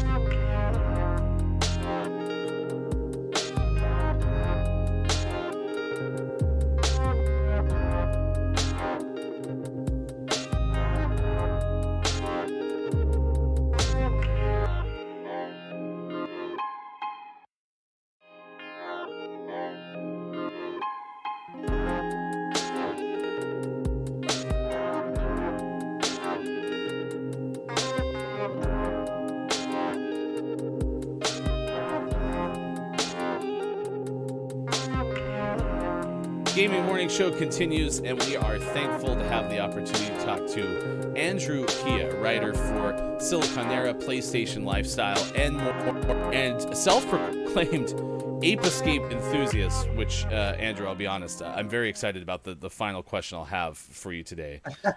It is good to meet you. Appreciate you taking the time to join us today on Gaming Morning Show. All right, I found you because I was searching for people who had any input on Parappa the Rappa, which celebrated its 25th anniversary last week, and I happened to find you talking about it on Twitter. I only ever played that game, Andrew, on like a demo that was sent to me through like the PlayStation Underground or something like that. What are your memories of this game? Because this game has like some lore to me because I only ever played the demo. So the first memory I have of playing Parappa, I think when I was 8 years old, my family had a PSX, the original PlayStation, and I played both Parappa 1 and 2. Was really bad at it, I assume, because I was a child, but ever since then, basically, and I guess to an extension, a lot of PlayStation games, that kind of became the window for me to get into other PlayStation games. And this was one of the first games that kind of pioneered like that, rhythm genre, right? You're pushing buttons. It was pretty cool because that kind of changed an aspect of video gaming forever. For sure. And I think, obviously it pioneered rhythm games at the time, and it was also, I think, one of the first games that really was a cross-cultural project in that it brought both basically English rap music, which wasn't really a mainstream thing in Japan at least, and brought it together with obviously Japanese video game makers, and they kind of made this hybrid thing that became, in a sense, a big title both in Japan and in the West, and that's why I think it's so popular still today. While we're celebrating 25th anniversaries, right? 25 years ago, blows my mind. Now, last week, not 25 years ago, Fortnite went to Chapter 3. I never could get behind Fortnite because I could never do the whole building thing, but I love the events. I love like some of the storytelling that they do. Where are you at with Fortnite? Is that something that you appreciate similarly? Are you playing the game quite a bit? What do you think of Fortnite? So, to be honest, the only reason why I started playing Fortnite is because a friend of mine is very into Resident Evil, and they had a collaboration a few months ago where they brought in a bunch of skins from Resident Evil characters. And that kind of I've been playing battle royales for I think 2 years now. Originally, I started playing Apex Legends from like season 3, but honestly, I was in that same camp where Fortnite has that image of being it's just a kids game. It's not that serious, and kids will be like, oh, it's that Fortnite dance, right? That's the image that I had. Then I started playing the game, and it's really good. Like, the mechanics are incredibly solid, right? Obviously, it's super jokey, and it's not so serious, so it's really easy to have fun in that game compared to other FPS games that I've played in the past. And so it's almost kind of become this, like, winding down game for me. I don't really care that much about getting first place, but yeah, it's a really good game to play with friends, and I don't think it really deserves the bad rap that it has right now. Yeah, I'm with you, and it's also incredibly beautiful. Like the colors in the game, like are just For sure. stimuli, right? This whole game is stimuli the whole way around. All right. Especially season 3, it looks amazing now. Yeah, they've done a very nice job, and then obviously you get to sling around as Spider-Man, and that's pretty okay as well. It's great. All right, listen, we teased it at the top. Self-described ape escape enthusiast. Why do you love Ape Escape so much? Okay, so you've opened up Pandora's box. Ape Escape is okay. So when you think of video games now, right? Modern video games, right? If you're not playing on a keyboard and mouse, what are you playing with? Right? You're playing with a controller that has 2 joysticks, right? 2 joysticks. What was the first game that made 2 joysticks mandatory? It was Ape Escape. It was. I didn't Right? know that. Released in 1999.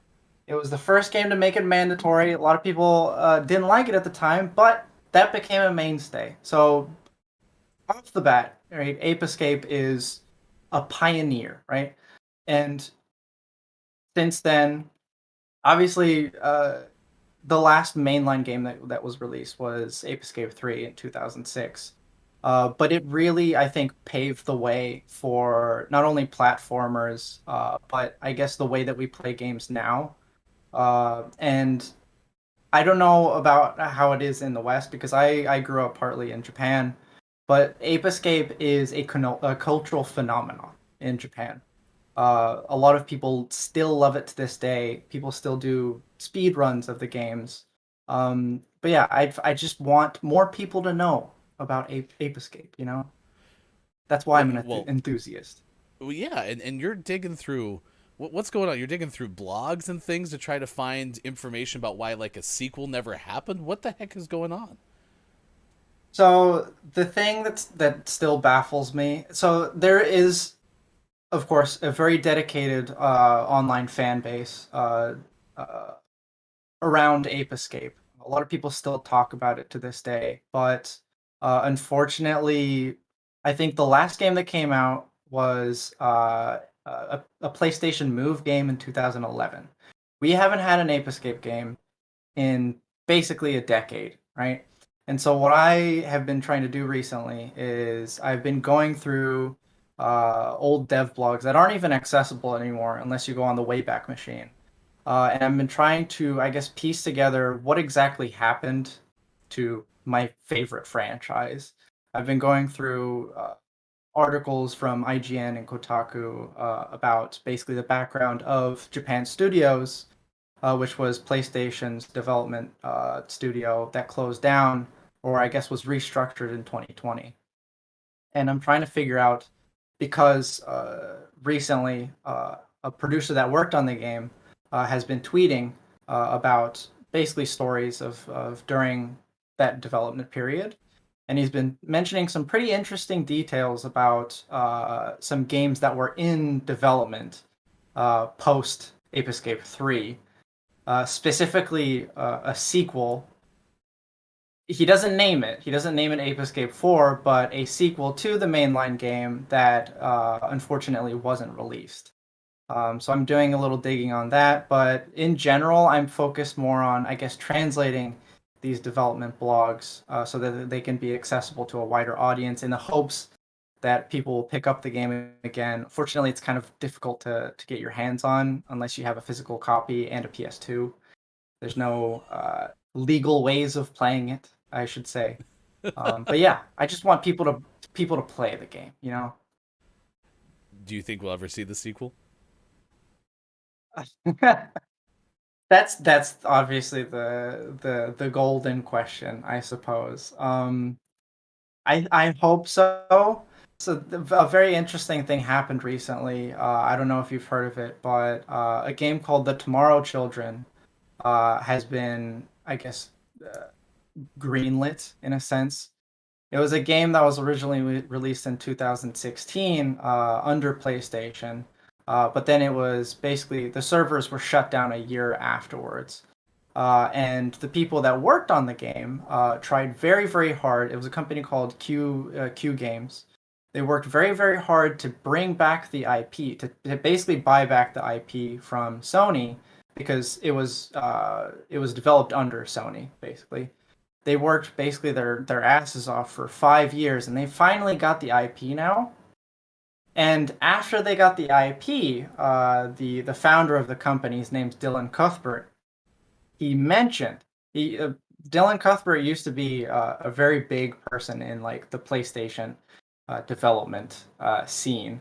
He actually worked on one of the Ape Escape games, but he specifically said that the Tomorrow Children, the ability for them to buy back the IP from Sony, could basically open up and show other former Japan studio developers and I guess former Sony employees that this is possible. Because the thing about Sony is that they're very protective about their IPs.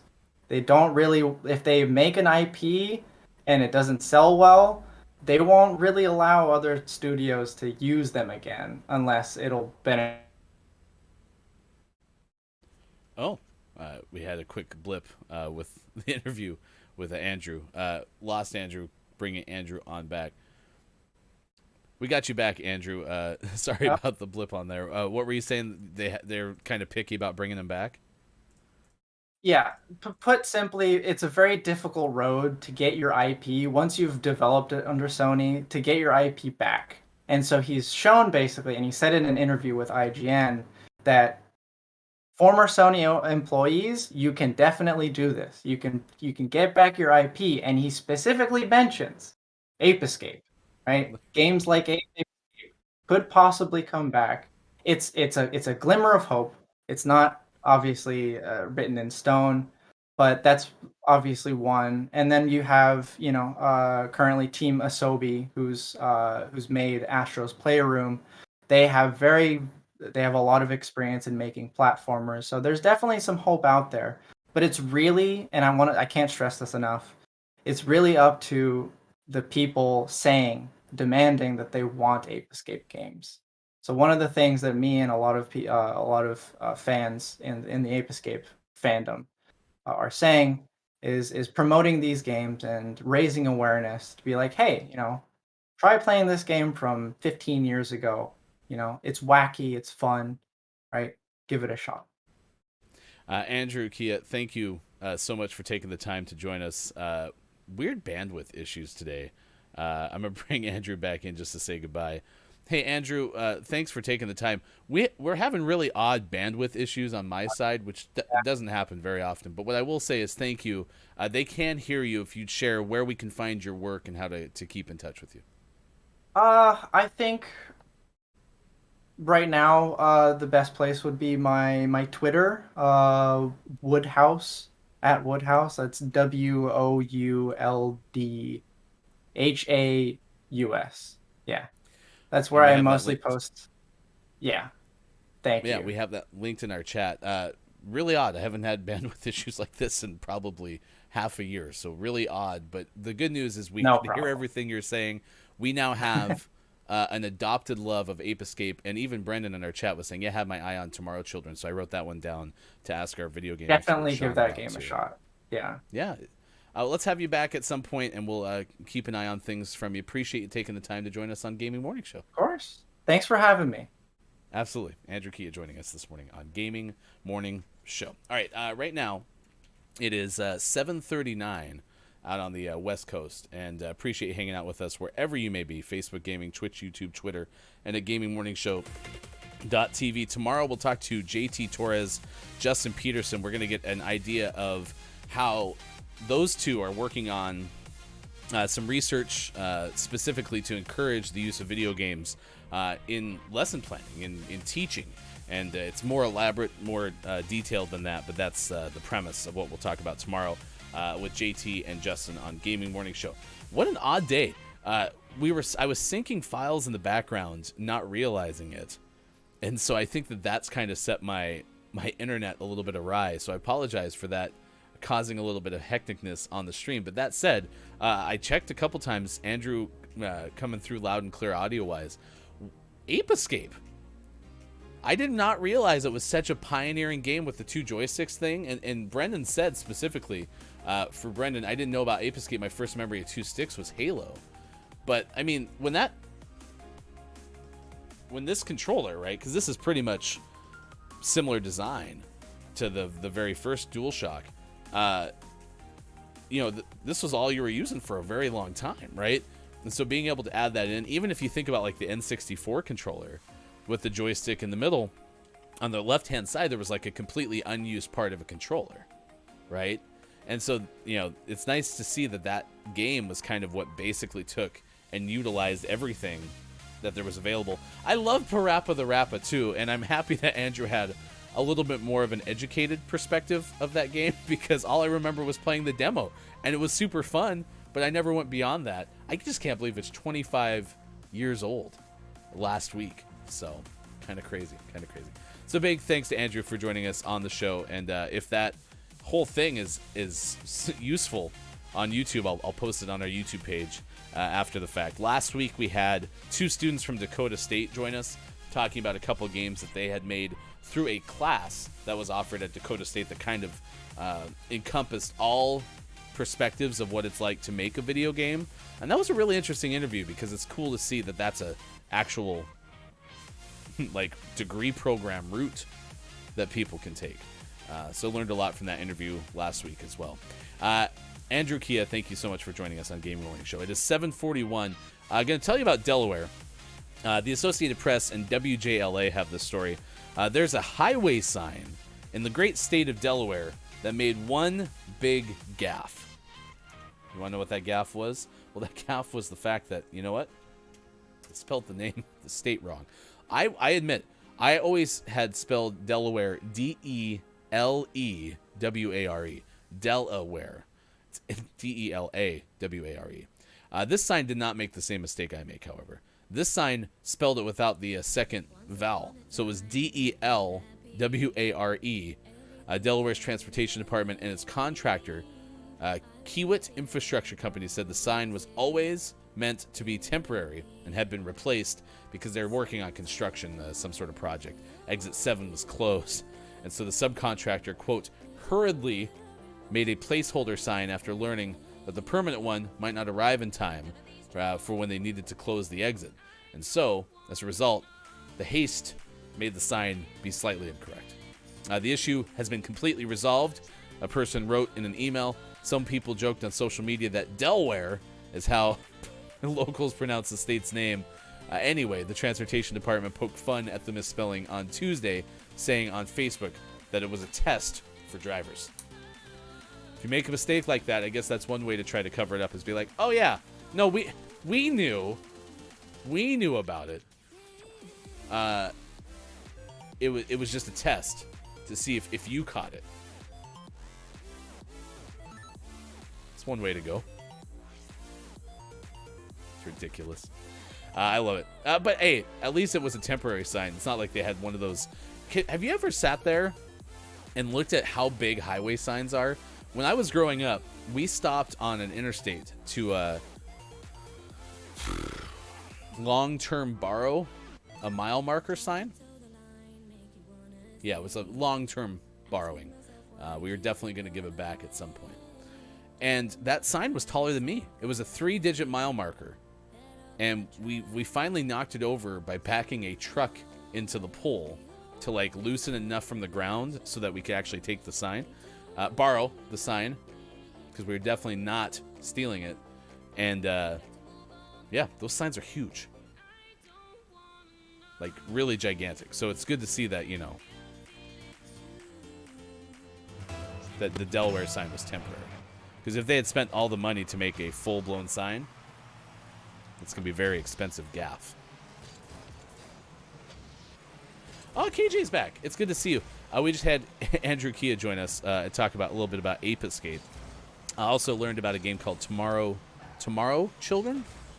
It wasn't The Tomorrow Children. It was just Tomorrow Children. So we learned a little bit in that. We talked about Parappa the Rapper. And Andrew and I are on the same page with Fortnite. Like, Fortnite is a very fun game for me to watch other people play. It takes the skill, what do they call that? The skill ceiling is just too high for me to want to get into Fortnite. The building is just too much. So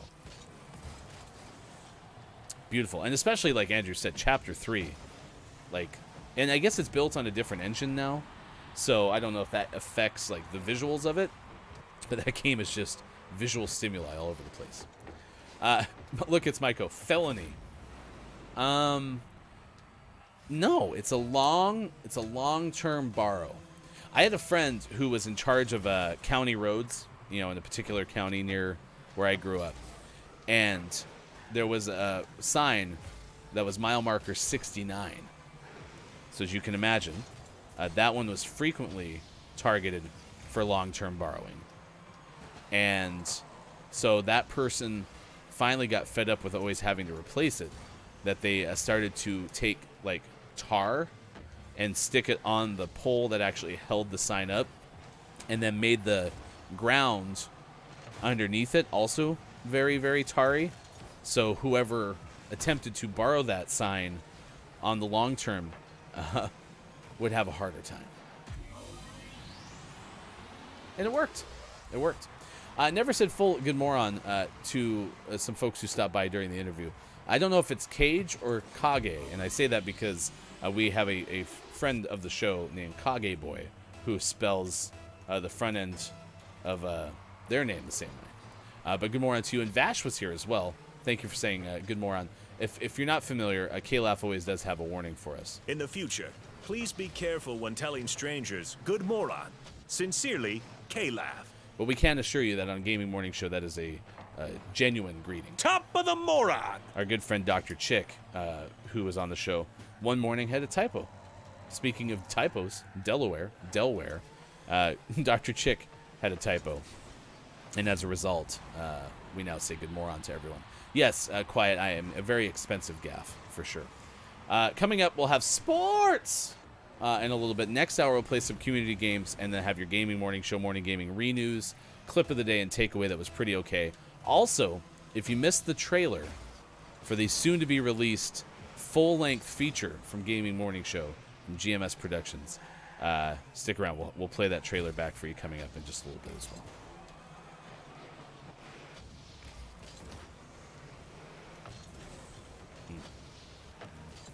Don't know how I missed that. I mean, even like this game is beautiful. And it wasn't originally made by Epic, I don't believe. Didn't Epic buy it? So, our good friend Brendan says, Kage is usually pronounced the same as Kage Boy. It is from Naruto.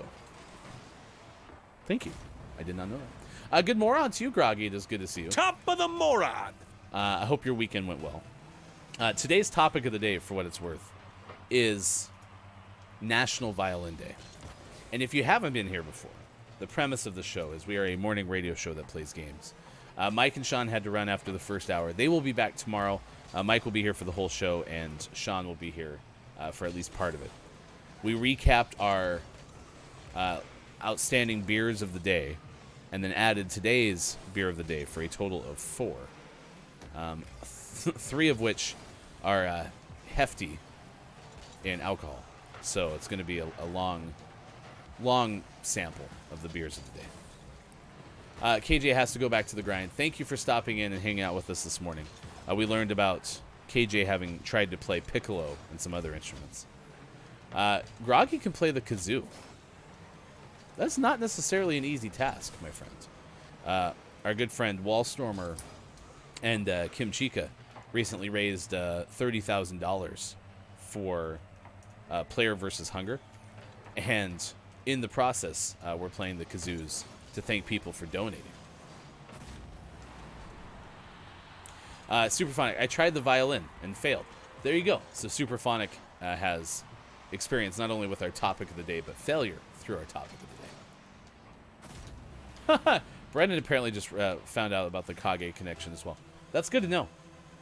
Because it looked like Cage to me, and I remember calling Kage Boy Cage Boy for, I don't know, probably the first week or so that we knew Kage. I was wrong.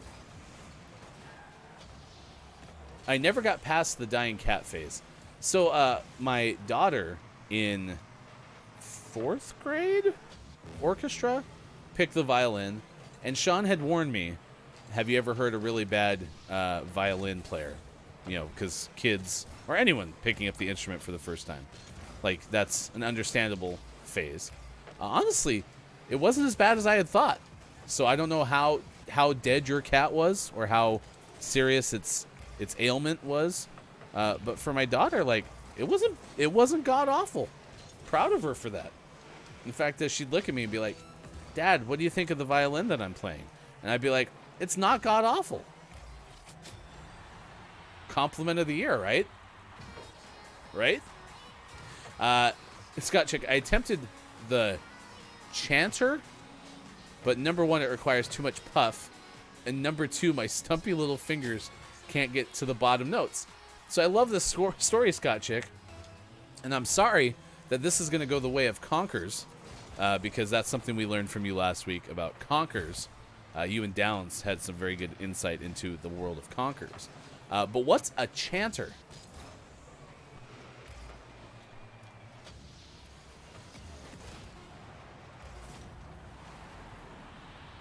A chanter. Brendan says, I had a neighbor that learned a low brass instrument, something like a tuba. The initial learning phase was rough. Yeah.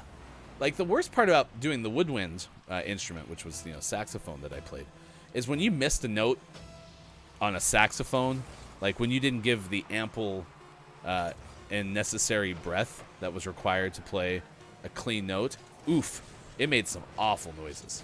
Some awful noises. Just really bad. So that's kind of the downside to the whole thing is you miss big. So that's important. It's what you start off with before you move to the bagpipes. Thank you. I can't imagine bagpipes are easy to figure out. So, Brendan, Ryan just likes to say conkers. Listen, I have not been able to quit thinking about that clip from last week. That was clip of the day with Miss Theo. It cracks me up every time I watch it. So yes, conkers has added quality to my life, Brendan. Added quality to my life. All right, 7:52 West Coast time. It's 10:52 out on the East Coast. 3:52 for those watching GMS. In the afternoon. We got a Panther story coming up for you. If you want to continue to share your instrument stories, we would love. Like I said, the drums was probably my only failure so far, considering I couldn't get both the bottom of my body and the top of my body to work in sync with one another. I'm hoping to give that another shot at some point, but I don't know anyone with a drum set. So I enjoyed Rock Band drums so much that, and that's kind of where, going back to the interview with Andrew, who we had just on earlier this hour, we were talking about Parappa the Rapper, and the rhythm-based games kind of were started by that game. So I don't think we have a Rock Band or a Guitar Hero without Parappa the Rapper. All right, let's do sports. It's now 7:53. Sports weekend was good. Today's a Victory Monday. Denver won. The Broncos are still very much in the playoff hunt. Beat the Detroit Lions 38-10 yesterday. Listen, comfortable games are good with me. Anytime I can just kind of chill out and relax because my team is winning thoroughly, I'm fine with that. If it's a boring game, I'm fine with that. I can handle it. And Denver played really well. Broncos had a former wide receiver die at the age of 33 last weekend. Was retired, so not an active player anymore. But really big part of the Broncos' last Super Bowl run and some of those things. And so it was a pretty emotional day. They had a ceremony before the game for Demaryius Thomas. His number was on the turf, and both takeaways that the Broncos got, they ran over and put it on DT's number, which, things like that I'm emotional for. So it was kind of a tough day, but hopefully everyone who knew Demaryius Thomas sounds like was pretty upstanding person, but dead at the age of 33. Yesterday was the F1 race. I think I've finally been able to put my thumb on this because a couple weeks ago, I was talking about the second to last race of the year. Max Verstappen was starting to drive me a little nuts. Who's the driver that I root for, admittedly. And I was just like, man, this whole thing is getting ridiculous. So then, fast forward to yesterday's race. Winner takes all. So the championship points standings were dead even. So whoever won the race won the championship. And Lewis Hamilton led for the vast majority of the race. And then there was a wreck with about 5 laps left. Max Verstappen was in a position where Max was able to go and get new tires. Lewis was not in said position because otherwise would give up track position. Okay. And then my phone is acting weird. And then Max came out on soft tires and won the race in the final lap. They allowed 5 lapped cars to pass. They did not allow the entire field to pass, which, based on the regulations, seems like the interpretation that should have happened. However, then they all had anyway. This whole thing is ridiculous. This whole thing is long-winded. Yeah, Superphonic's still mad about this and said unheard of. Here's what I finally put my thumb on. Is lots of sports is subjective. There are penalties in football that are very subjective in nature, and those are frustrating. Formula One has a lot of subjectivity to it.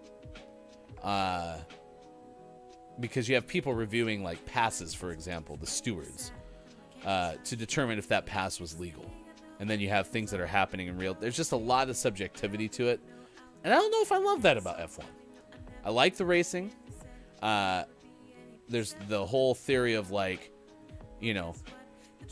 Lewis got away with things earlier in the season that would have made this whole race not be a winner-take-all type of thing. That's probably true.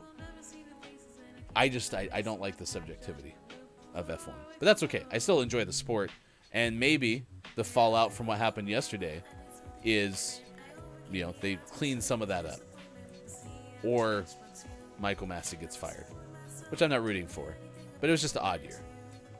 It was a good year. If you just watched your first season of F1 this year, you should have been entertained. So I'm sorry.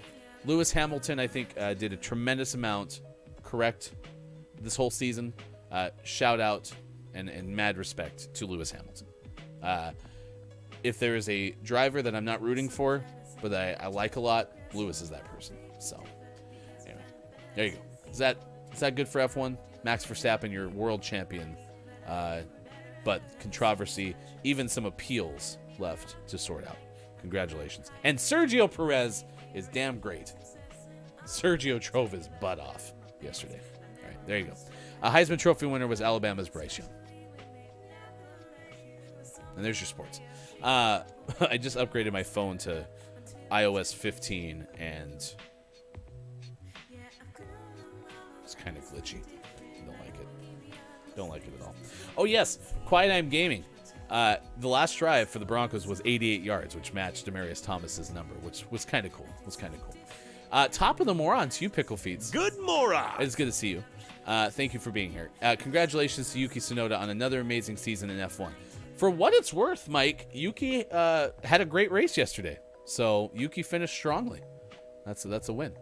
Good moron to you, Copia. It's good to see you. Top of the moron. Yeah, Mike, I can't believe he's won another F1 World Championship. Absolutely. Another F1 World Championship for Yuki Tsunoda. So congratulations. All right, that is your sports. If you missed it, as we transition to break, we're going to play a trailer for the upcoming full-length feature film from GMS Productions. We're very excited about this one. We've worked hard on it. So that should be released coming up soon. Next hour, community games. And we will also have some of the clips of the day, takeaways that were pretty okay, and things of that nature. Maiko, rumors are Broncos are the favorite. That's not. I did not hear the favorite. The rumor is that Russell Wilson, the quarterback for the Seattle Seahawks, has said that if he was traded to the Saints, Giants, or Broncos, he would accept said trade and waive his no-trade clause. So the Broncos have a good roster. They just need a quarterback. And Teddy Bridgewater has not been consistent enough to be that quarterback. But we won yesterday. We're still in the playoff hunt. It could happen. You just have to believe. All right, we'll come back with more. It is Monday, December 13th, 2021. Thank you for being here on Facebook Gaming, Twitch, YouTube, Twitter, and at GamingMorningShow.tv. Here's your trailer.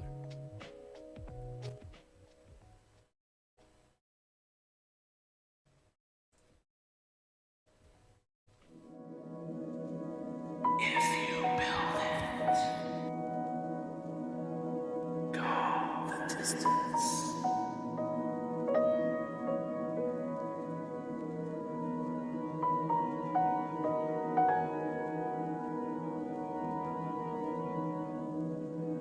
If you build it,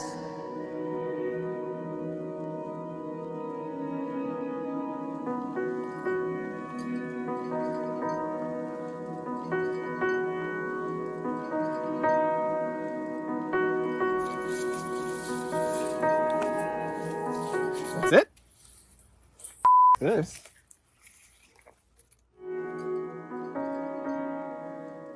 that's all you built. Why didn't you build more of it? They're not coming.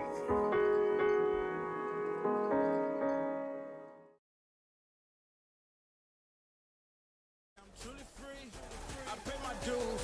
It ain't come cheap. No more chains on me. You can't hold me down. You can't hold me down. You can't hold me down. You can't hold me down. Yeah, no more, no more, no more. No more, no more, no more. No more, no more, no more. No more, no more, no more. You can't hold me. Look at where I came from. I can never fall back to the same ones. Only good vibes now, but the hard times is what we raised from. Turn to the ambition we are made from. We don't run, we don't fall, we don't stop, we don't fail. We take all our doubts, the dark clouds, and we still prevail. Raise a fist to the sky, a solution's there. And we stand for the dreamers, a revolution's here. You cannot stop us. You cannot stop us. There's nothing you can do now. Just watch. There's nothing you can do now. Just watch. It's a revolution. It's a revolution. Yeah. You cannot stop us. There's nothing you can do now. A revolution.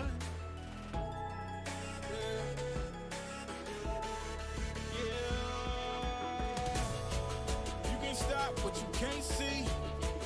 No more chains, yeah, I'm truly free. I pay my dues, it ain't come cheap. No more chains on me, you can't hold me down. You can't hold me down. You won't hold us down. You can't hold us down. Yeah, no more, no more, no more. No more, no more, no more. No more, no more, no more.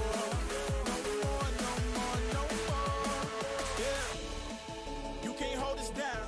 Yo, we gon' hold it down.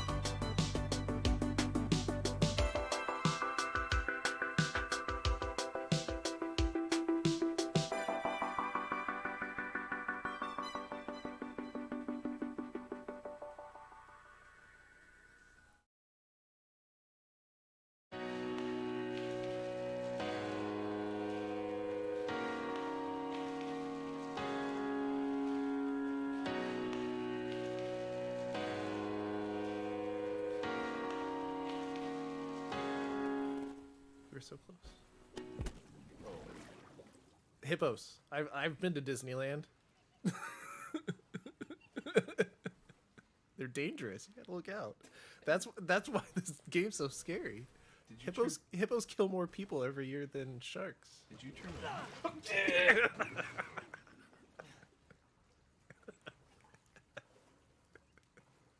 Well, Scott at that time, he got in there real fast. Someone donated and scared the shit out of me. God, that Kate. was so loud. Kate, I love you, but I hate you. Oh my God, Kate. The bad guy. Get me my. Oh dear God. Is that my phone? No, it's the thing, the donation thing. Yeah, but why is it vibrating? Because for some reason it doesn't load the. Why does that happen? It doesn't load the audio fast enough or something. But you guys can't hear it during the show, but I hear it every time. How do you not freak out every day?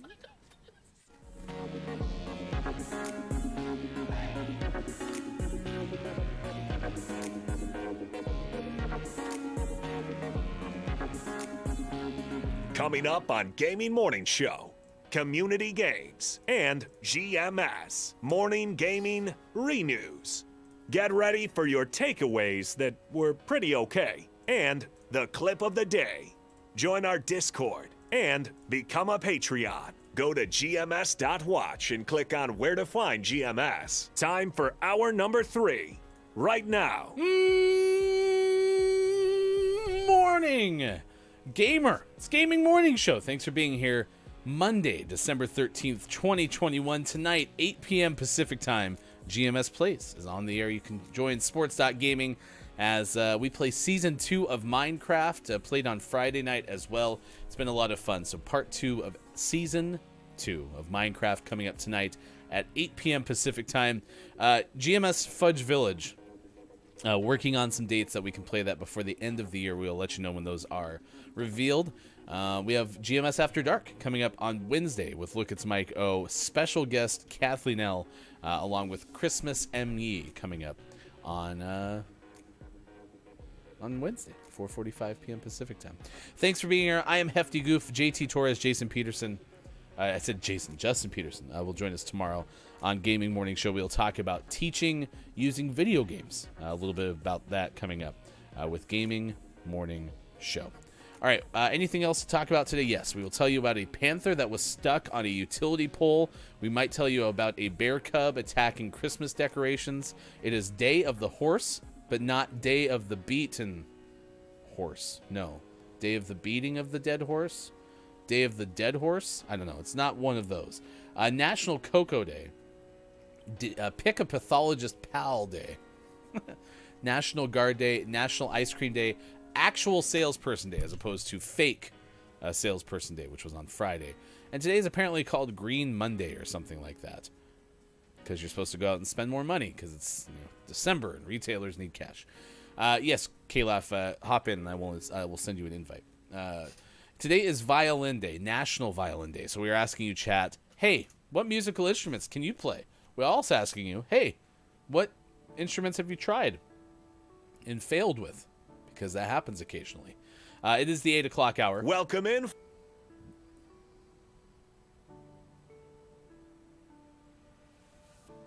Just a sec, I gotta check on Bob. Just.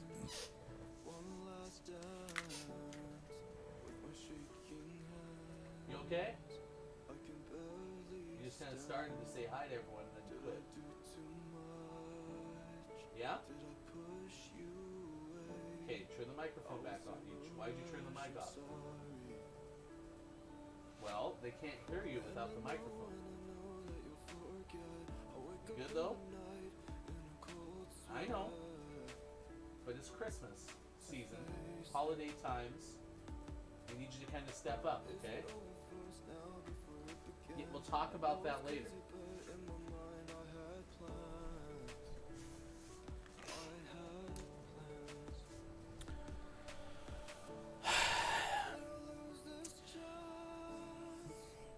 It's the 8 o'clock hour.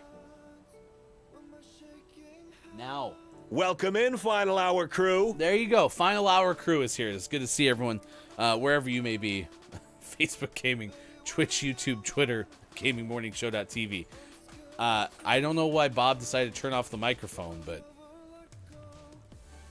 whatever. It's your choice, Bob. He's fine. Bob is good, okay? Don't worry about it. Are you going to make it the rest of the month? Bob is good with it. Okay, good. I was getting a little worried there. Pickle, give Bob a good head pat.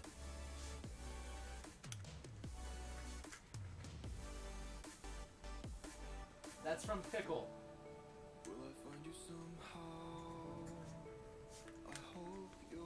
Yeah. Bob liked it. Thanks a lot, Mike. It was from Pickle. Sorry. Bob does like his head pats, though. Bob likes it. Good moron to you, Grimtoad. It's good to see you. Top of the Mora. Happy you're here with the Final Hour crew. Bob is fine. Grim. Okay. Never have to worry about Bob. One thing I know about Bob. Bob's fine. Hello, Grim. Pickle, but my name is Mike, so it worked. True. Hadn't thought about that.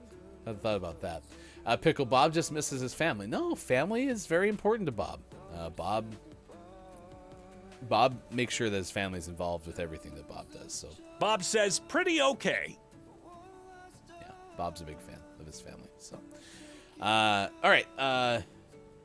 If you're looking for a gift, actually, now that I think about it, someone mentioned Father Bobmas. That was from Copia. Christmas Bob. I'm sure Bob wouldn't mind some gifts. Maybe you want to give Bob some candy. Hey, Bob, if they want to give you some candy, I don't know. What's your like favorite kind of M&M? Ooh, that's a tough one. Well, it's definitely one of two varieties. It's either the peanut M&Ms or the peanut butter. Okay, so peanut M&Ms. butter. Now, if they could combine those two, that hands down would be my favorite. I kind of like the Crunch Bar looking ones. You know, I don't know what those are called. Cookies and cream. Ugh, disgusting. They don't make and I it- don't like the salted caramel ones either. Okay. Traditional ones, I'd rather just eat Skittles. But okay, I'm going to make a decision. I'm going to say peanut butter. Okay, peanut butter. So if you want to give and if you meant color, green, I guess. So if you want to get Bob peanut butter M&Ms, you can. So Bob or green, apparently. Bob's good with either of those things. So okay. Thank you, Bob. You're welcome. We're gonna have a new show called Mike, and Mike. Mike's Unite. It's great. By the way, Graham, it was good to see you streaming the other day, which I know you've been doing more of, not like just one time the other day, but just wanted to say, hey, it's good to see you streaming the other day. So, Pickle, yesterday, Sean had his company holiday party, but prefaced it in the first hour saying, yesterday we had our holiday party. And so I just wanted to make sure that Mike knew that we didn't have like a GMS holiday party. But if we had a GMS holiday party in the Pacific Northwest, would you want to come? The new show, according to K-Laugh, is called Mike, and Mike on the mic. That's not bad. We could make that work. Yeah, I think it would work. Graham, it was fun, and I missed you all. Yes, we are excited that you were back. If you've been back a while, again, I apologize. But KJ, okay, just one more hour until an actual break. Hugs and love, and have a happy Monday. So KJ's been here for the whole show, but specifically here. Hello, FHC. With the FHC, our ambassador to the Final Hour crew is Brendan. Brendan just became a Patreon subscriber. We are going to start having 1 year sub-anniversaries to celebrate with you, chat. If you would like to become a Patreon subscriber, go to patreon.com/gamingmorningshow. And guess what? You can become a Patreon subscriber. Now, there is the welcome tier. That starts at just $1. But even our subscriber tier is less than a Twitch subscription for you. And you can find out more about all of our tiers, including how to adopt Bob, if you would like, by going to patreon.com/gamingmorningshow. Pickle did say, is it at Sean's work? ? I don't want to go to Sean's work party, but I would come for a GMS party. Yes, this would be for a GMS holiday party, because Sean's work party already happened. So we can't go back. I mean, we've traveled back in time a couple of times today, but in this instance, no, this would be a GMS get-together. So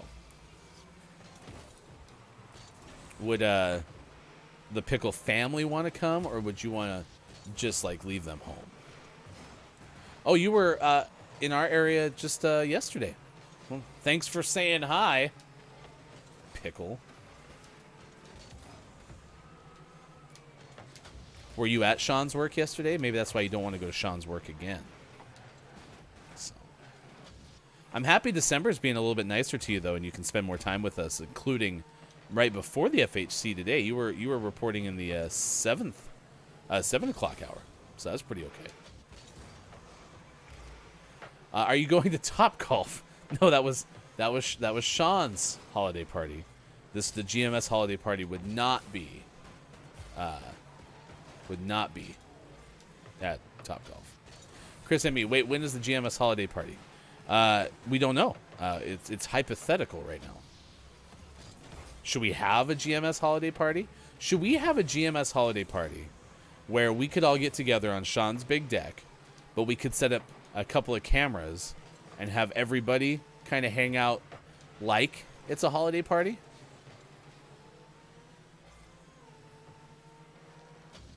That might be kind of fun.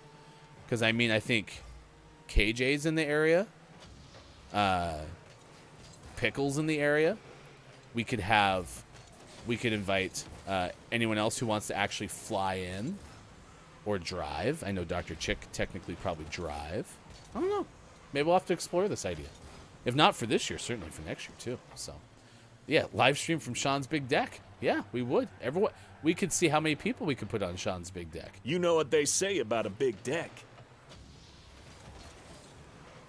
Ty is in the area, kind of. Absolutely. So many people.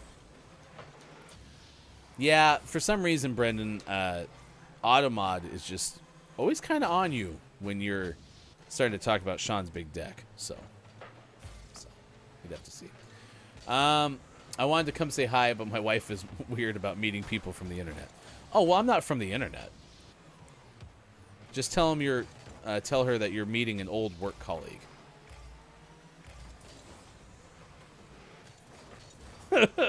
In the area, the United States area. True. UK gang could show up. I mean, really, anyone from anywhere. Vad from, I believe, India. You know, there's some things to figure out. We might need to find a bigger venue, though, if we're adding international arrivals. So, plus, you know, we have the whole Kiki Super honeymoon meetup to kind of protect as well. So, if the big deck is too hard to plan, have a strictly virtual party. Nah, big deck is fine. You know what they say about a big deck. Sean's big deck has handled lots of different people. Yeah, many folks have used Sean's big deck before. So, yeah, if you would like to, we could probably make it happen. You don't want to stretch the deck's limits if it makes sense.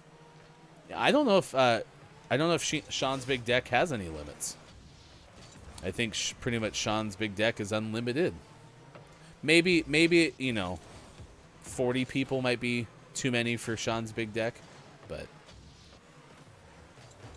I don't know. And it depends on the weather too. You know, it could be wet. Heck, it could be frozen. But Copia, I think we would all welcome you to sit on Sean's big deck, so be fine. So, yeah, and we could stream it. We could stream all the people sitting on Sean's big deck on Facebook Gaming, Twitch, YouTube, Twitter, and at GamingMorningShow.tv. A 69-person capacity. I get it. Nice. It's not bad. It's not bad. Hey, K-Laugh, are we going to score? Because it'd be nice if we could just score the sports ball here. I know you're kind of the goal protector, but... Oh, and also in sports, Maiko's Portland Timbers lost MLS Cup.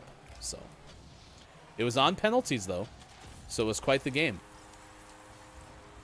It was a big year for Portland soccer in both the Thorns and the Timbers. So But sorry to Mike's Portland Timbers, not the champions. So that goes to New York Football Club, New York City Football Club. So congratulations to NYC FC. Greetings, Final Hour crew ambassador Chris M. Yee. Sorry, Bob was a little hesitant to say hi to everybody, so I think Bob forgot to say hello to you, Chris. My apologies for Bob. But if you'd like to get Bob peanut butter or green M&Ms, either of those outcomes acceptable by Bob. Look at that, K-Laugh. We're cracked. Wasn't worried. You were worried. All right, 8:22. West Coast, 11:22. Out on the East Coast, 4:22 for those watching GMS in the UK. We had a very good conversation about the doodle-doos. We've learned that many people who watch a gaming morning show have a difficult time being anywhere and not doing doodle-doos when they hear the phrase in the UK. Quiet Eye Gaming, not sure if you mentioned, but the Bucks won a thriller. Tom Brady's 700th career touchdown. The overtime winner went to UCF legend Rashad Perryman. I did not know that. I do know that it was helpful because while I really want the Bills to win, damn Patriots are so good again that I need the Bills to lose because I don't think the Patriots are going to lose because Denver needs the Bills to lose to make the playoffs. So yeah, I was happy about the outcome. Go Tom Brady. But I kind of just want, if Denver's not going to be in the Super Bowl this year, I want Bucks, Patriots for the Super Bowl. Chris M.E., my apologies for not saying anything sooner. I've been here since some way into the Andrew Kia interview. That was a great interview, and I even watched back on the YouTube. While we did have some bandwidth issues, it looks like the interview came across pretty okay. So we will post that on our YouTube page, along with last week's interview with Gabe and Andrew from Dakota State. Nope. Gabe and Alex. Andrew was today. Alex was last week. But yeah, I mean, listen, I learned something about the joysticks. You know, the two joysticks and Ape Escape that I didn't know. So that was fun. And I appreciate that. I'd be down for Bucks Pats for sure. Yeah, listen, as long as Kansas City's not in the Super Bowl again, I'm happy. I'd much rather have the Patriots, just to be honest with you, because I don't want to see any division rivals catch up to us. Denver has the most Super Bowl championships. With the tiebreaker being recency of championships, all of our Super Bowls have come since the Raiders won their last, and the Raiders have 3. So that's what I want. I'll tell you what I want. But I really I went to downtown Portland for the first time on my way home from Seattle. My first time driving significantly through downtown Portland, and there was someone who had one of those, like, you know, those message boards where you slide the letters in, kind of like what's maybe sometimes hanging on the bottom of a fast food restaurant sign, right? That says, you know, get the new McRib or whatever, right? They had one of those in their window, but it said, I'll tell you what I want, what I really want. And it made me laugh. I was very happy about that. So we're going to play Google Feud this morning because everyone's really craving some Google Feud. So the way this will work is I'll guess, then chat will guess, and then I'll guess, and then chat will guess, and we'll see if we can get these right. These are actual searches on Google. They're looking for things. Let's say you type into Google, can you eat?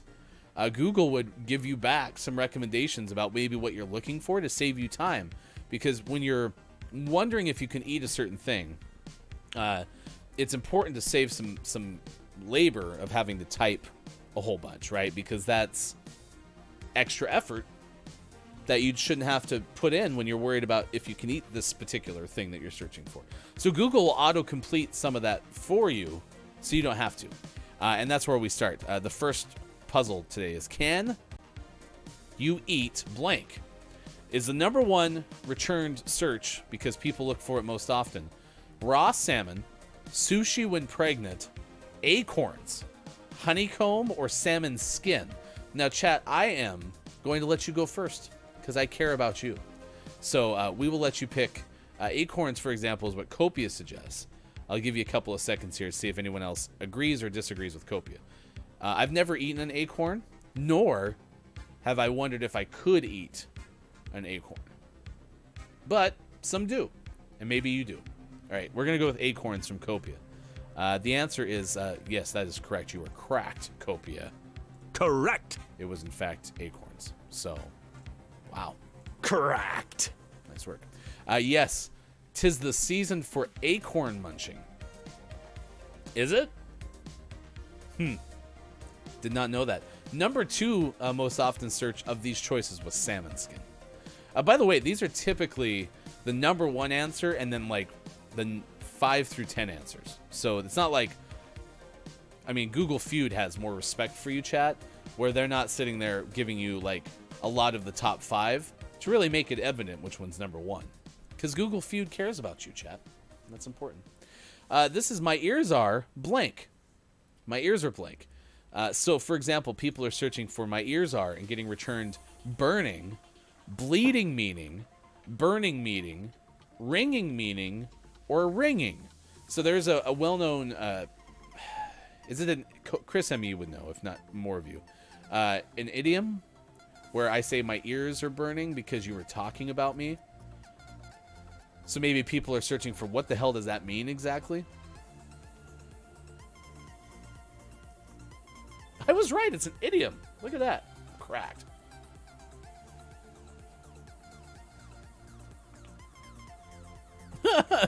Kate laugh ringing. Shout out to my tinnitus homies. Nice work. Hello, FHC. Golden is here. Good morning to you, Golden. It's good to see you. All right. Consensus from chat appears to be bleeding or burning. I get to go first. I was going to go with burning meaning because, like, I've heard that phrase, but I have no clue where it came from. But that is not the case. Incorrect. So if we go with Copia going bleeding, ringing from Golden. I think we'll go with both of those. We'll go with bleeding meaning and ringing. Golden is cracked. Cracked. Nice work. There's more of the tinnitus crew than I realized. So, nice. Oh, you too, Kyle. What's up, tinnitus crew? Man, everyone has a little bit of tinnitus. All right, number 3, we can get to 15,000 points, which the cookies of this website don't work very well because we've had more than 15,000 before. Do babies like blank? Kisses, being tickled, sleeping on their tummy, when you rub your belly, or tummy time? An emphasis on that 4th choice, when you rub your belly. Your belly. Okay. Pickle says, please don't be kisses. Please don't be... You don't kiss your baby?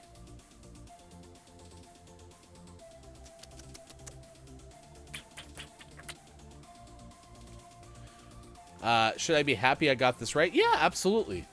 Just remember. You are a genius. True. So, not everybody gets these right. Ding, ding, ding. I've got a real ring. It's got a real ring to it, says Copia. Nice.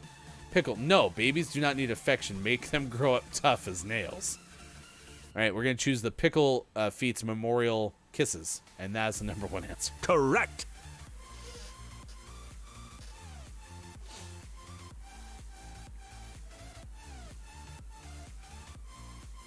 How does that make you feel, Pickle? To know that you're heartless and people are trying to verify that they actually do like to kiss babies. So, Yes. weak and timid babies. It's all you're raising. Next closest answer was when you rub your belly. So, yes, absolutely. Well, maybe, I was a new parent once, unfamiliar with the land of babies because I wasn't good as an uncle or a friend of people who had babies. Like, would you like to hold my baby? No, I wouldn't. But thank you for that opportunity. No, thank you, I think is the correct response there. So I had no familiarity with babies in general. So maybe I was wondering, should I actually kiss my baby? So 4 out of 5 babies in our recent survey agreed. Please do not Google that. All right, last one. Is it wrong to? Okay. I don't know what this is in correlation to, but is it wrong to, quote, try season 3, pick up dungeon manga? I can never remember how to say that. I think it's manga. Pick up dungeon season 3, separate cremated ashes, or pick up dungeon?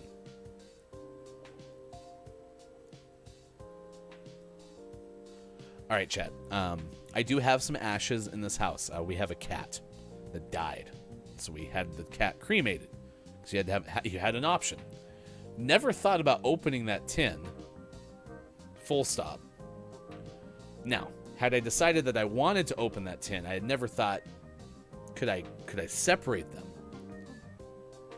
And how do you separate them categorically?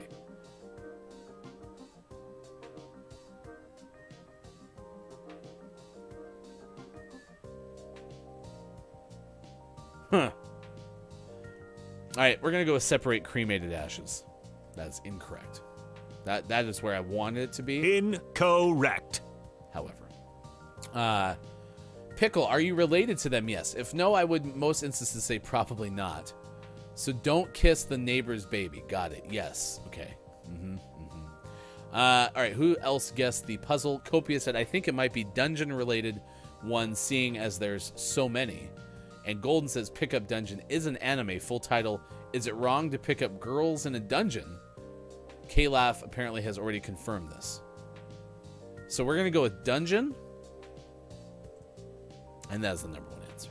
Correct. Ding, ding, ding. We scored 20,000 points today on this edition of Google Feud. You should be proud of your accomplishment, chat. Not everybody does that. Many people have shown up to a gaming morning show and failed, but you were not one of those folks, chat. You succeeded. Big thanks to Cosmic for the follow on Twitch. We appreciate that. After the show is over, we will send you somewhere on Twitch where you can watch more Twitch content, and we'll send over there, say good morning from GMS. Today, a topic of the day for those here with the Final Hour crew is National Violin Day. So we're asking you, what instrument can you play? Also, what instruments have you played but failed? I once tried to play the drums. Top half, I think I could have kept some pretty badass rhythm. If the bottom half needed to participate too, wasn't happening. The closest I've gotten, and I would like to see if this translates to real drum sets, is Rock Band. I could do pretty good on the drums in Rock Band, but not at like any. Like I could do some songs on hard. That's about it. So I'll try. K-Laugh, is it wrong to try to pick up girls in a dungeon season 3? And Pickle, what is dungeon? Why are people picking it up? I mean, we do know friend of the show, Dungeon Meowster KJ, and if KJ was okay with it, you could try to pick up Dungeon Meowster KJ. Golden says GMS will be cracked at a trivia night at a bar. I used to host trivia. Fun fact. I would do it again. It was fine, but I also really like playing trivia at a bar. I also really like going to a bar. So all of those things have been kind of on hiatus, and that's sad. However, I do want to go back to a hockey game now that I was out and doing one of the Kraken games last week. So, Brendan, if you could play some songs on Rock Band on hard, I bet you could play an entire Weezer song. Oh, get wrecked, Weezer. Zing. She's married, Ryan. No, you could pick up KJ. So. Oh, wait, I get it. Like a pickup line. Yeah, I'm following. Yep, line of thinking. Same page, you and I. GMS trivia. So actually, I'm happy that you say that, because I've wanted, as part of GMS Games, to do a trivia night.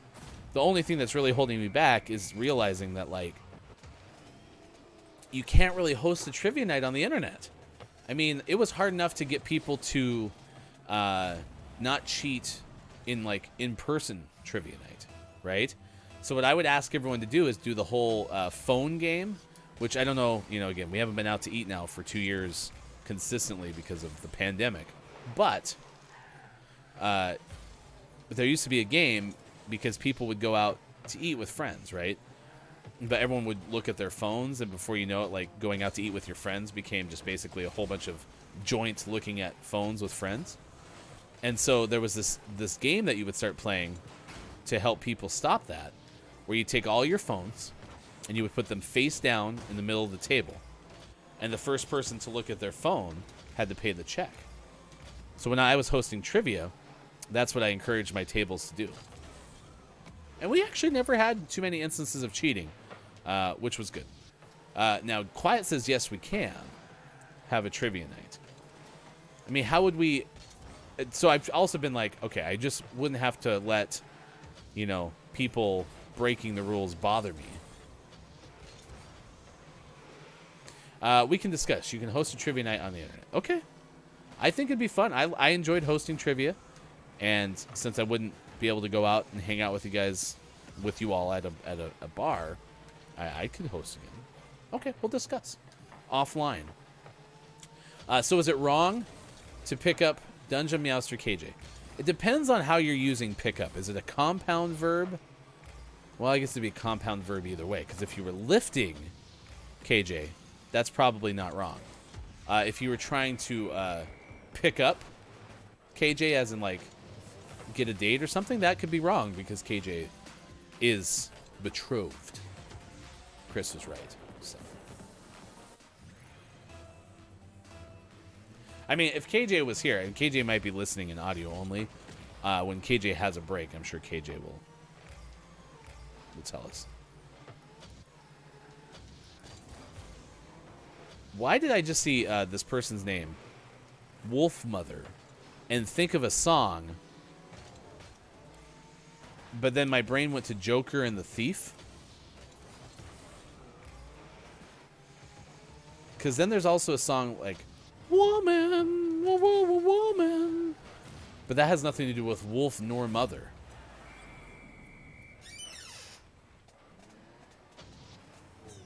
Is there anything... Was the name of the band Wolf Mother? Or something along those lines?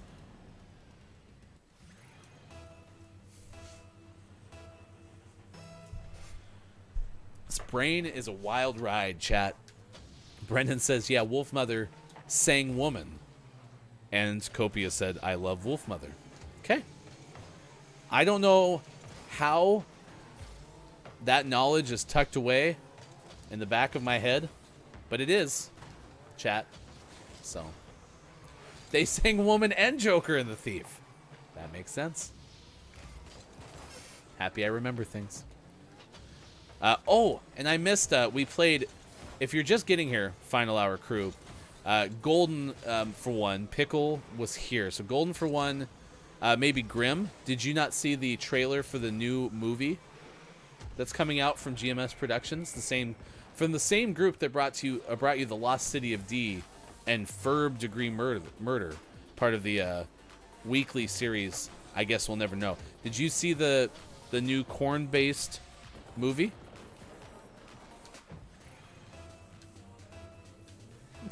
Brandon Ryan was literally like, chat, what is this feeling?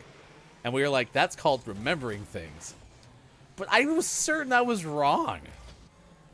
That's the problem, Brendan. As I'm sitting there, like, my brain's like, maybe that was a name of a song and it had to do with those other two songs. And it turns out, no. I literally just remembered. Okay, so Golden did not see it. If chat would oblige, before the end of the show, would you like to see the trailer for the movie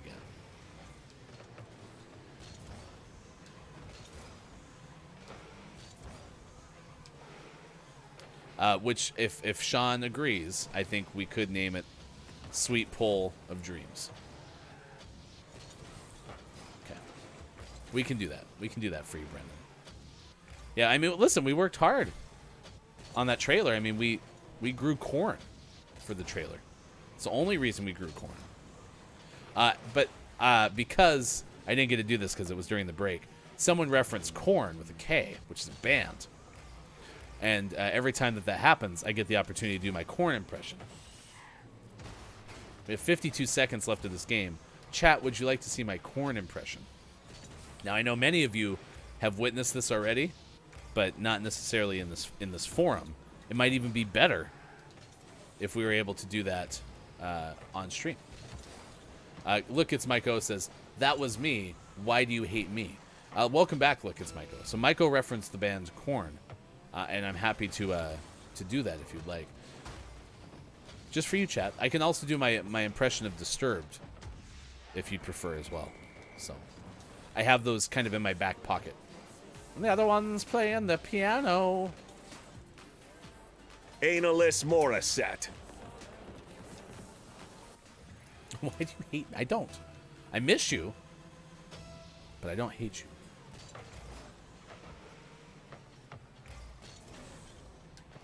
Grim was able to see it. That's awesome. I'm happy you had a chance to see Sweet Pole of Dreams coming to you soon from GMS Productions.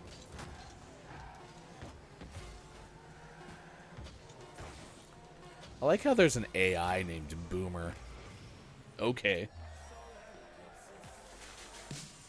It's 8:41 West Coast time, 11:41 out on the East Coast is 4:41 for those watching GMS in the afternoon. All right, we're going to play one more game of Rocket League, and then we will get you to clip of the day, takeaways that were pretty okay, and Gaming Morning Show, Morning Gaming Renews. Brendan had already shared a takeaway that was pretty okay, but we'll have to have you reshare that because that was like first hour crew stuff, and I wasn't ready for that, so I'm going to have your help. Our friends over at SF Gate, which Mike is pretty convinced they don't actually have riders, it's just AI, says the headline, Panther the cat rescued after days-long utility pole perch. Now, this was the original Sweet Pole story of the day. This has now since become Sweet Pole of Dreams, which is a new movie from GMS. But there's 2 days, maybe more, that residents in Denver were worried about the fate of a black cat named Panther. This cat was perched atop of a 36-foot utility pole and was up there despite its owner trying to coax it down for apparently many, many days. This is in the Aurora area. Neither pleading nor the enticement of food did the trick, according to Sentinel, Colorado. The cat went missing earlier in the week, and then on Wednesday, everyone's like, wow, we found the cat. Someone said to the owner, put down the food, it'll come down eventually, and others agreed, but it didn't. Cat stayed up there. When the city received its first snowstorm of the season, Meadows,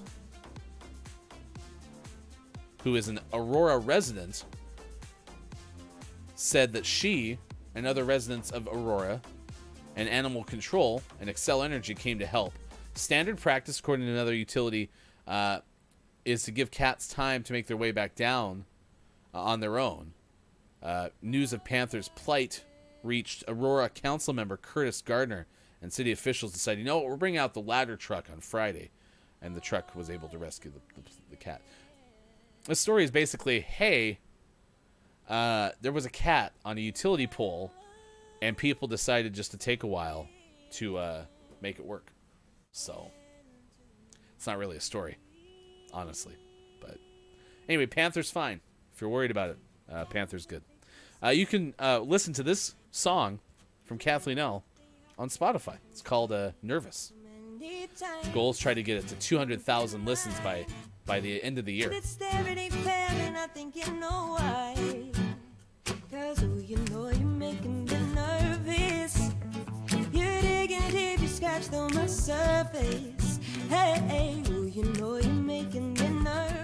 As Kathleen L, friend of the show and guest of Wednesdays, Look It's Miko's hosted GMS After Dark. Mike already sharing takeaways that were pretty okay, as was Brendan, so we'll have those coming up for you in about 10 minutes from now. Dungeon Meowster KJ's back. It says, poor kitty. Hey, KJ, we have a question. So there is an anime. Okay. Anime's name is it wrong to try to pick up girls in a dungeon? And we had some way, somehow, gotten to the point where I asked the question, are we allowed to pick you up? To which Chris argued that I was suggesting in like the dating sense, which I was not. I was suggesting just lifting. So anyway, take that for what you will. But is it okay if we pick you up? That was a question. Update from Look It's Miko. She's at 225,000 downloads or whatever. Currently aiming now for 250K. Okay, so that's now our new goal, is 250K. Well, going back to the F1 race yesterday, so the whole controversy happened with the cars being allowed to lap, but not all of them. And so I'm sitting there trying to watch as much post-game as I can, but being the fact that, you know, we're in the U.S. watching a feed from Sky Sports in the UK, it cut off early, because this whole thing ended up being like a 4-hour event. And so I wasn't able to watch as much as I wanted to. So as a result, I searched for live YouTube streams and found someone who was streaming on their YouTube channel. And got up to like 3,700 people liking or subscribing to their channel. And they had to keep changing their stretch goal because they had like 8,000 people watching live for the same reason I was watching live. They're trying to figure out what the hell's happening with the F1 race because we couldn't get any other content in the U.S. So, all of that to say, hey, KJ, or not KJ, Kathleen L., yeah, you keep changing that mark. We're going to get you to 250,000. Maybe we'll get you to 300,000 by the end of the year. Who knows? Spotify, check it out. KJ said yes, we are allowed to pick KJ up. That is confirmed. Golden says, ooh, Panther, you're making me nervous. Get it? Get it? Because Panther was a cat that was up on a utility pole and starting to make people nervous. What about your car is broken and do you need a ride? Everything is fine. No ride needed. Golden. I missed. So yeah, we got a Gaming Morning Show, Morning Gaming Renews coming up after this game. Tomorrow, we'll talk to JT Torres, Justin Peterson. We're going to talk about gaming and teaching. They wrote a piece on the internet for Inside Higher Education.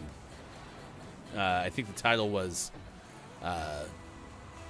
Why Video Games Need to Be Used More in Teaching or something along those lines.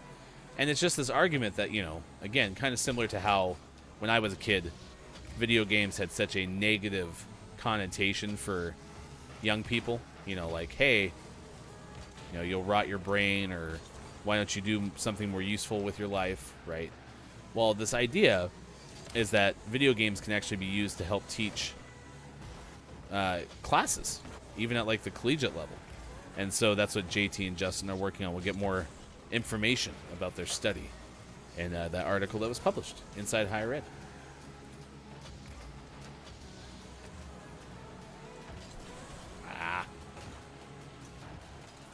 I think my cracked Rocket League powers are dwindling. I had a big first game, and now it's like, nah.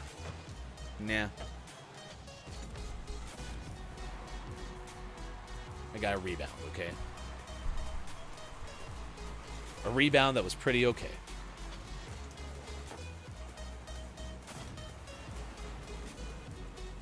I did, for what it's worth, make a new car preset for when I'm on the blue team. I just don't know how to make it automatic.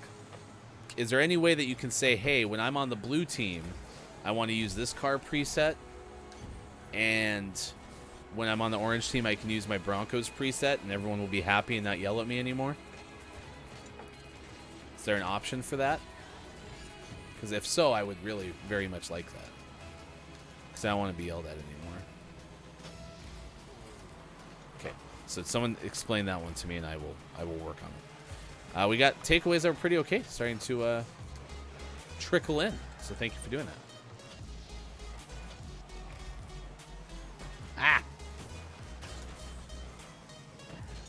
Well, I'll look. K-Laugh can probably tutorialize me after we're done playing this particular game.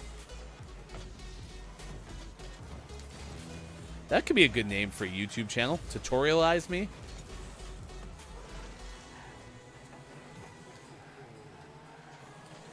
Oh, okay. Well, finally, chat, it'll happen. Every time I'm on blue team, I'll be a purple car. And that'll make everybody happy. I mean, at least blue is kind of an offshoot of... Or purple's an offshoot of blue, right? That's good. That's better than other choices. Yeah?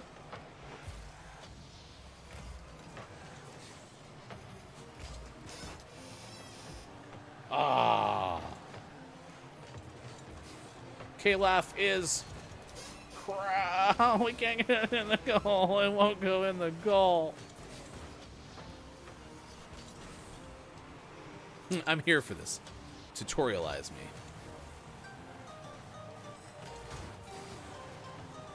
Have we hit the posts more on this particular sequence than ever in the history of ever?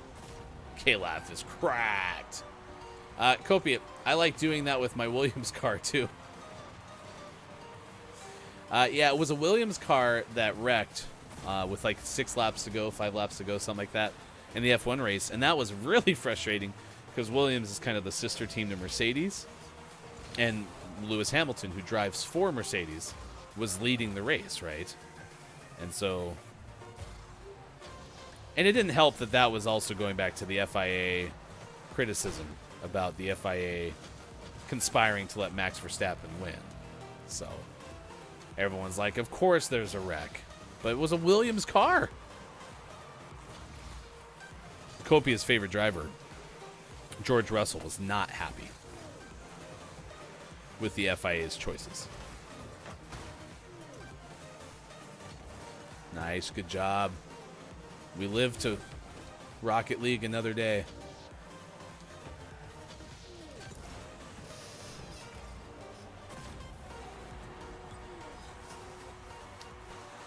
Correct.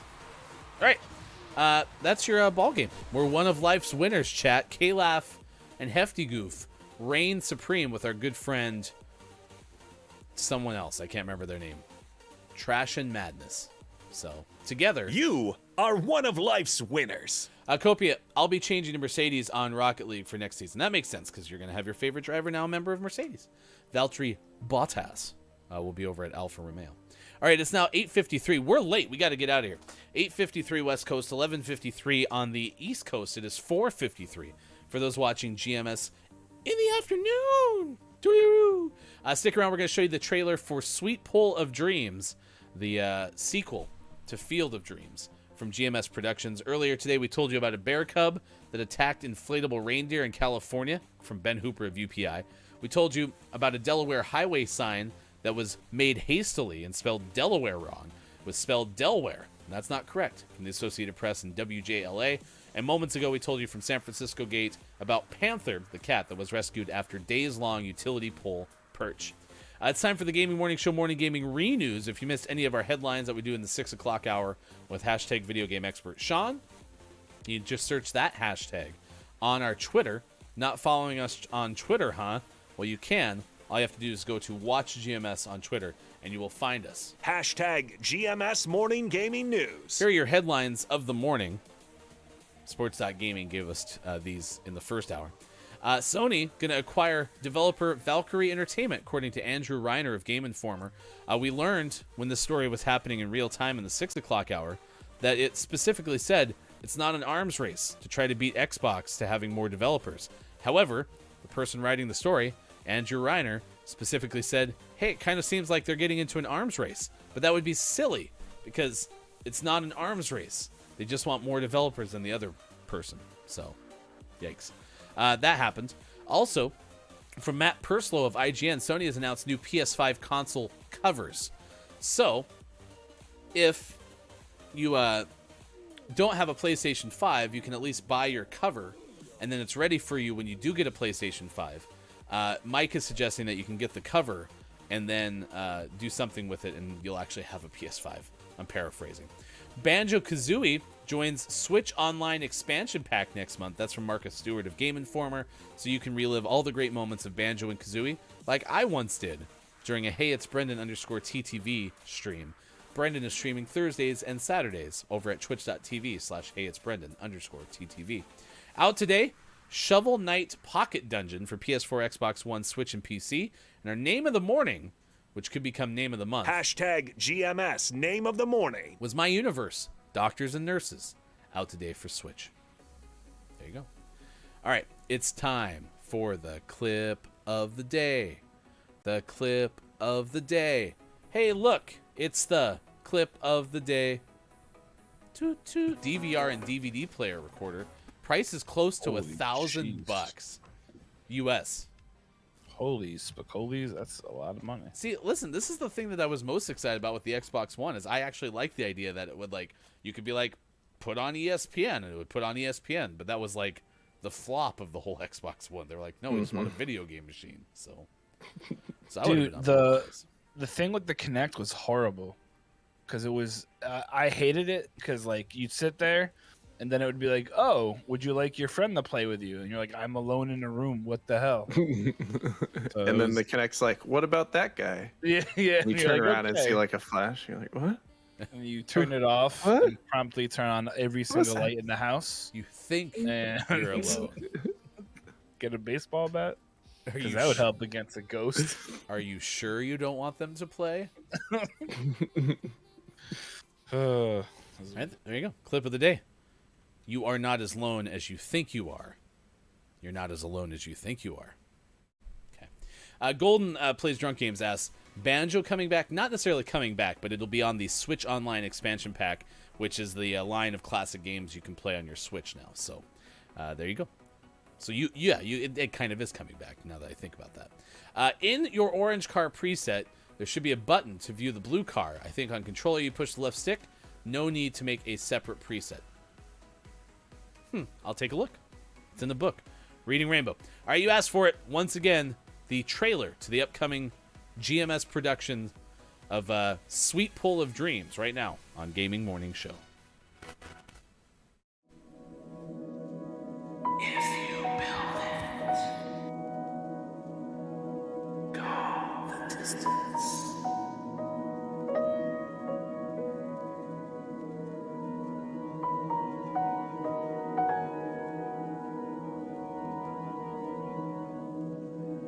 If you build it,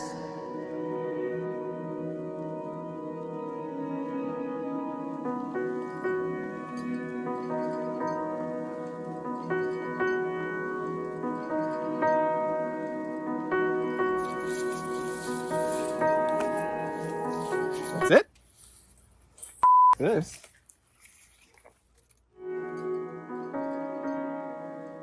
that's all you built. Why didn't you build more of it? They're not coming. There you go. Soon from Gaming Morning Show.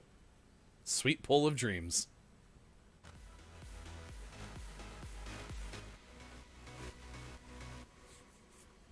Mike says they built a baseball field, not a cornfield. They tore down the corn. Yeah, Sweet Pull of Dreams, whole different deal. We're building a cornfield and we screwed it up. So, there you go. Look for that. Sweet Pull of Dreams. Coming soon from GMS. Takeaways that were pretty okay, chat. What is something you learned from today's show? And then we are going to send you over to IntelliGame. Morning streams coming a little more often from Wallstormer and company. IntelliGame is a place that makes connections between video games and the real world. Be sure to check them out. IntelliGame.us is the website right now. Twitch.tv/IntelliGame is the Twitch channel. Brendan said the original takeaway was long gone. Brendan's takeaway now is that I am anxiously awaiting the release date for Sweet Pull of Dreams. Mike said, my takeaway is that I can't wait until the sequel that begins filming in July when the Sweet Pull gets really big. And KJ said, takeaway, I should make ready to be picked up. Absolutely. Button up so we can hang out with you soon. So, all right, there you go. I'll try to make my blue car be a purple car on tomorrow's Gaming Morning Show. I will try to make that happen for you. Mike will be here tomorrow. Like I said, JT and Justin will join us. We'll talk about video games in teaching as well. Chris and me, my takeaway is that I'm ready for the GMS holiday party. Great. Get the invitations ready. We're so good at that. I learned today that Tomorrow Children is a game that if you like Ape Escape, you may also like. That was from Andrew Kia, who was our guest, writes for Siliconera and PlayStation Lifestyle. We talked about Fortnite, Ape Escape, and Parappa the Rappa. So, Golden says, hey, that's my line of work. Now, he said that on the heel of Copia saying, I want to sit on everyone's big decks. So, just want to make sure that I understand exactly what we're talking about. Are you a party planner? I make games to help learn languages. There we go. Yeah. Yeah, I'm happy that you clarified. Thank you, Golden. I'm going to leave now. Grim Toga said, my takeaway is that Bob still needs to be rescued. Bob is fine. Grim, Bob is fine. Hello, Grim Toga. Hello, chat. This is Bob. I can assure you that I am completely fine, and you do not need to keep asking Ryan, Sean, and Mike how I'm doing. I promise, I am definitely not blinking twice right now. To prove it, please note for the record that Hefty Goof is tremendously talented at rolling his R's. Thank you for your concern. I am fine. Say, I told you. Please help me. Don't need to worry about it. Please say good morning from GMS over on our good friend Wallstormer's channel. We will see you again tomorrow for more Gaming Morning Show. K-Laugh, I missed the beers of the day. Gotta have to go back and watch the VOD. There were several. All 3 of the beers prior to today were double-digit alcohol by volume. Please help me, is what Bob said. All right, we'll see you tomorrow. It's good to hang out with you. Thanks for being here. Facebook Gaming, Twitch, YouTube, Twitter, GamingMorningShow.tv. Have a great Monday.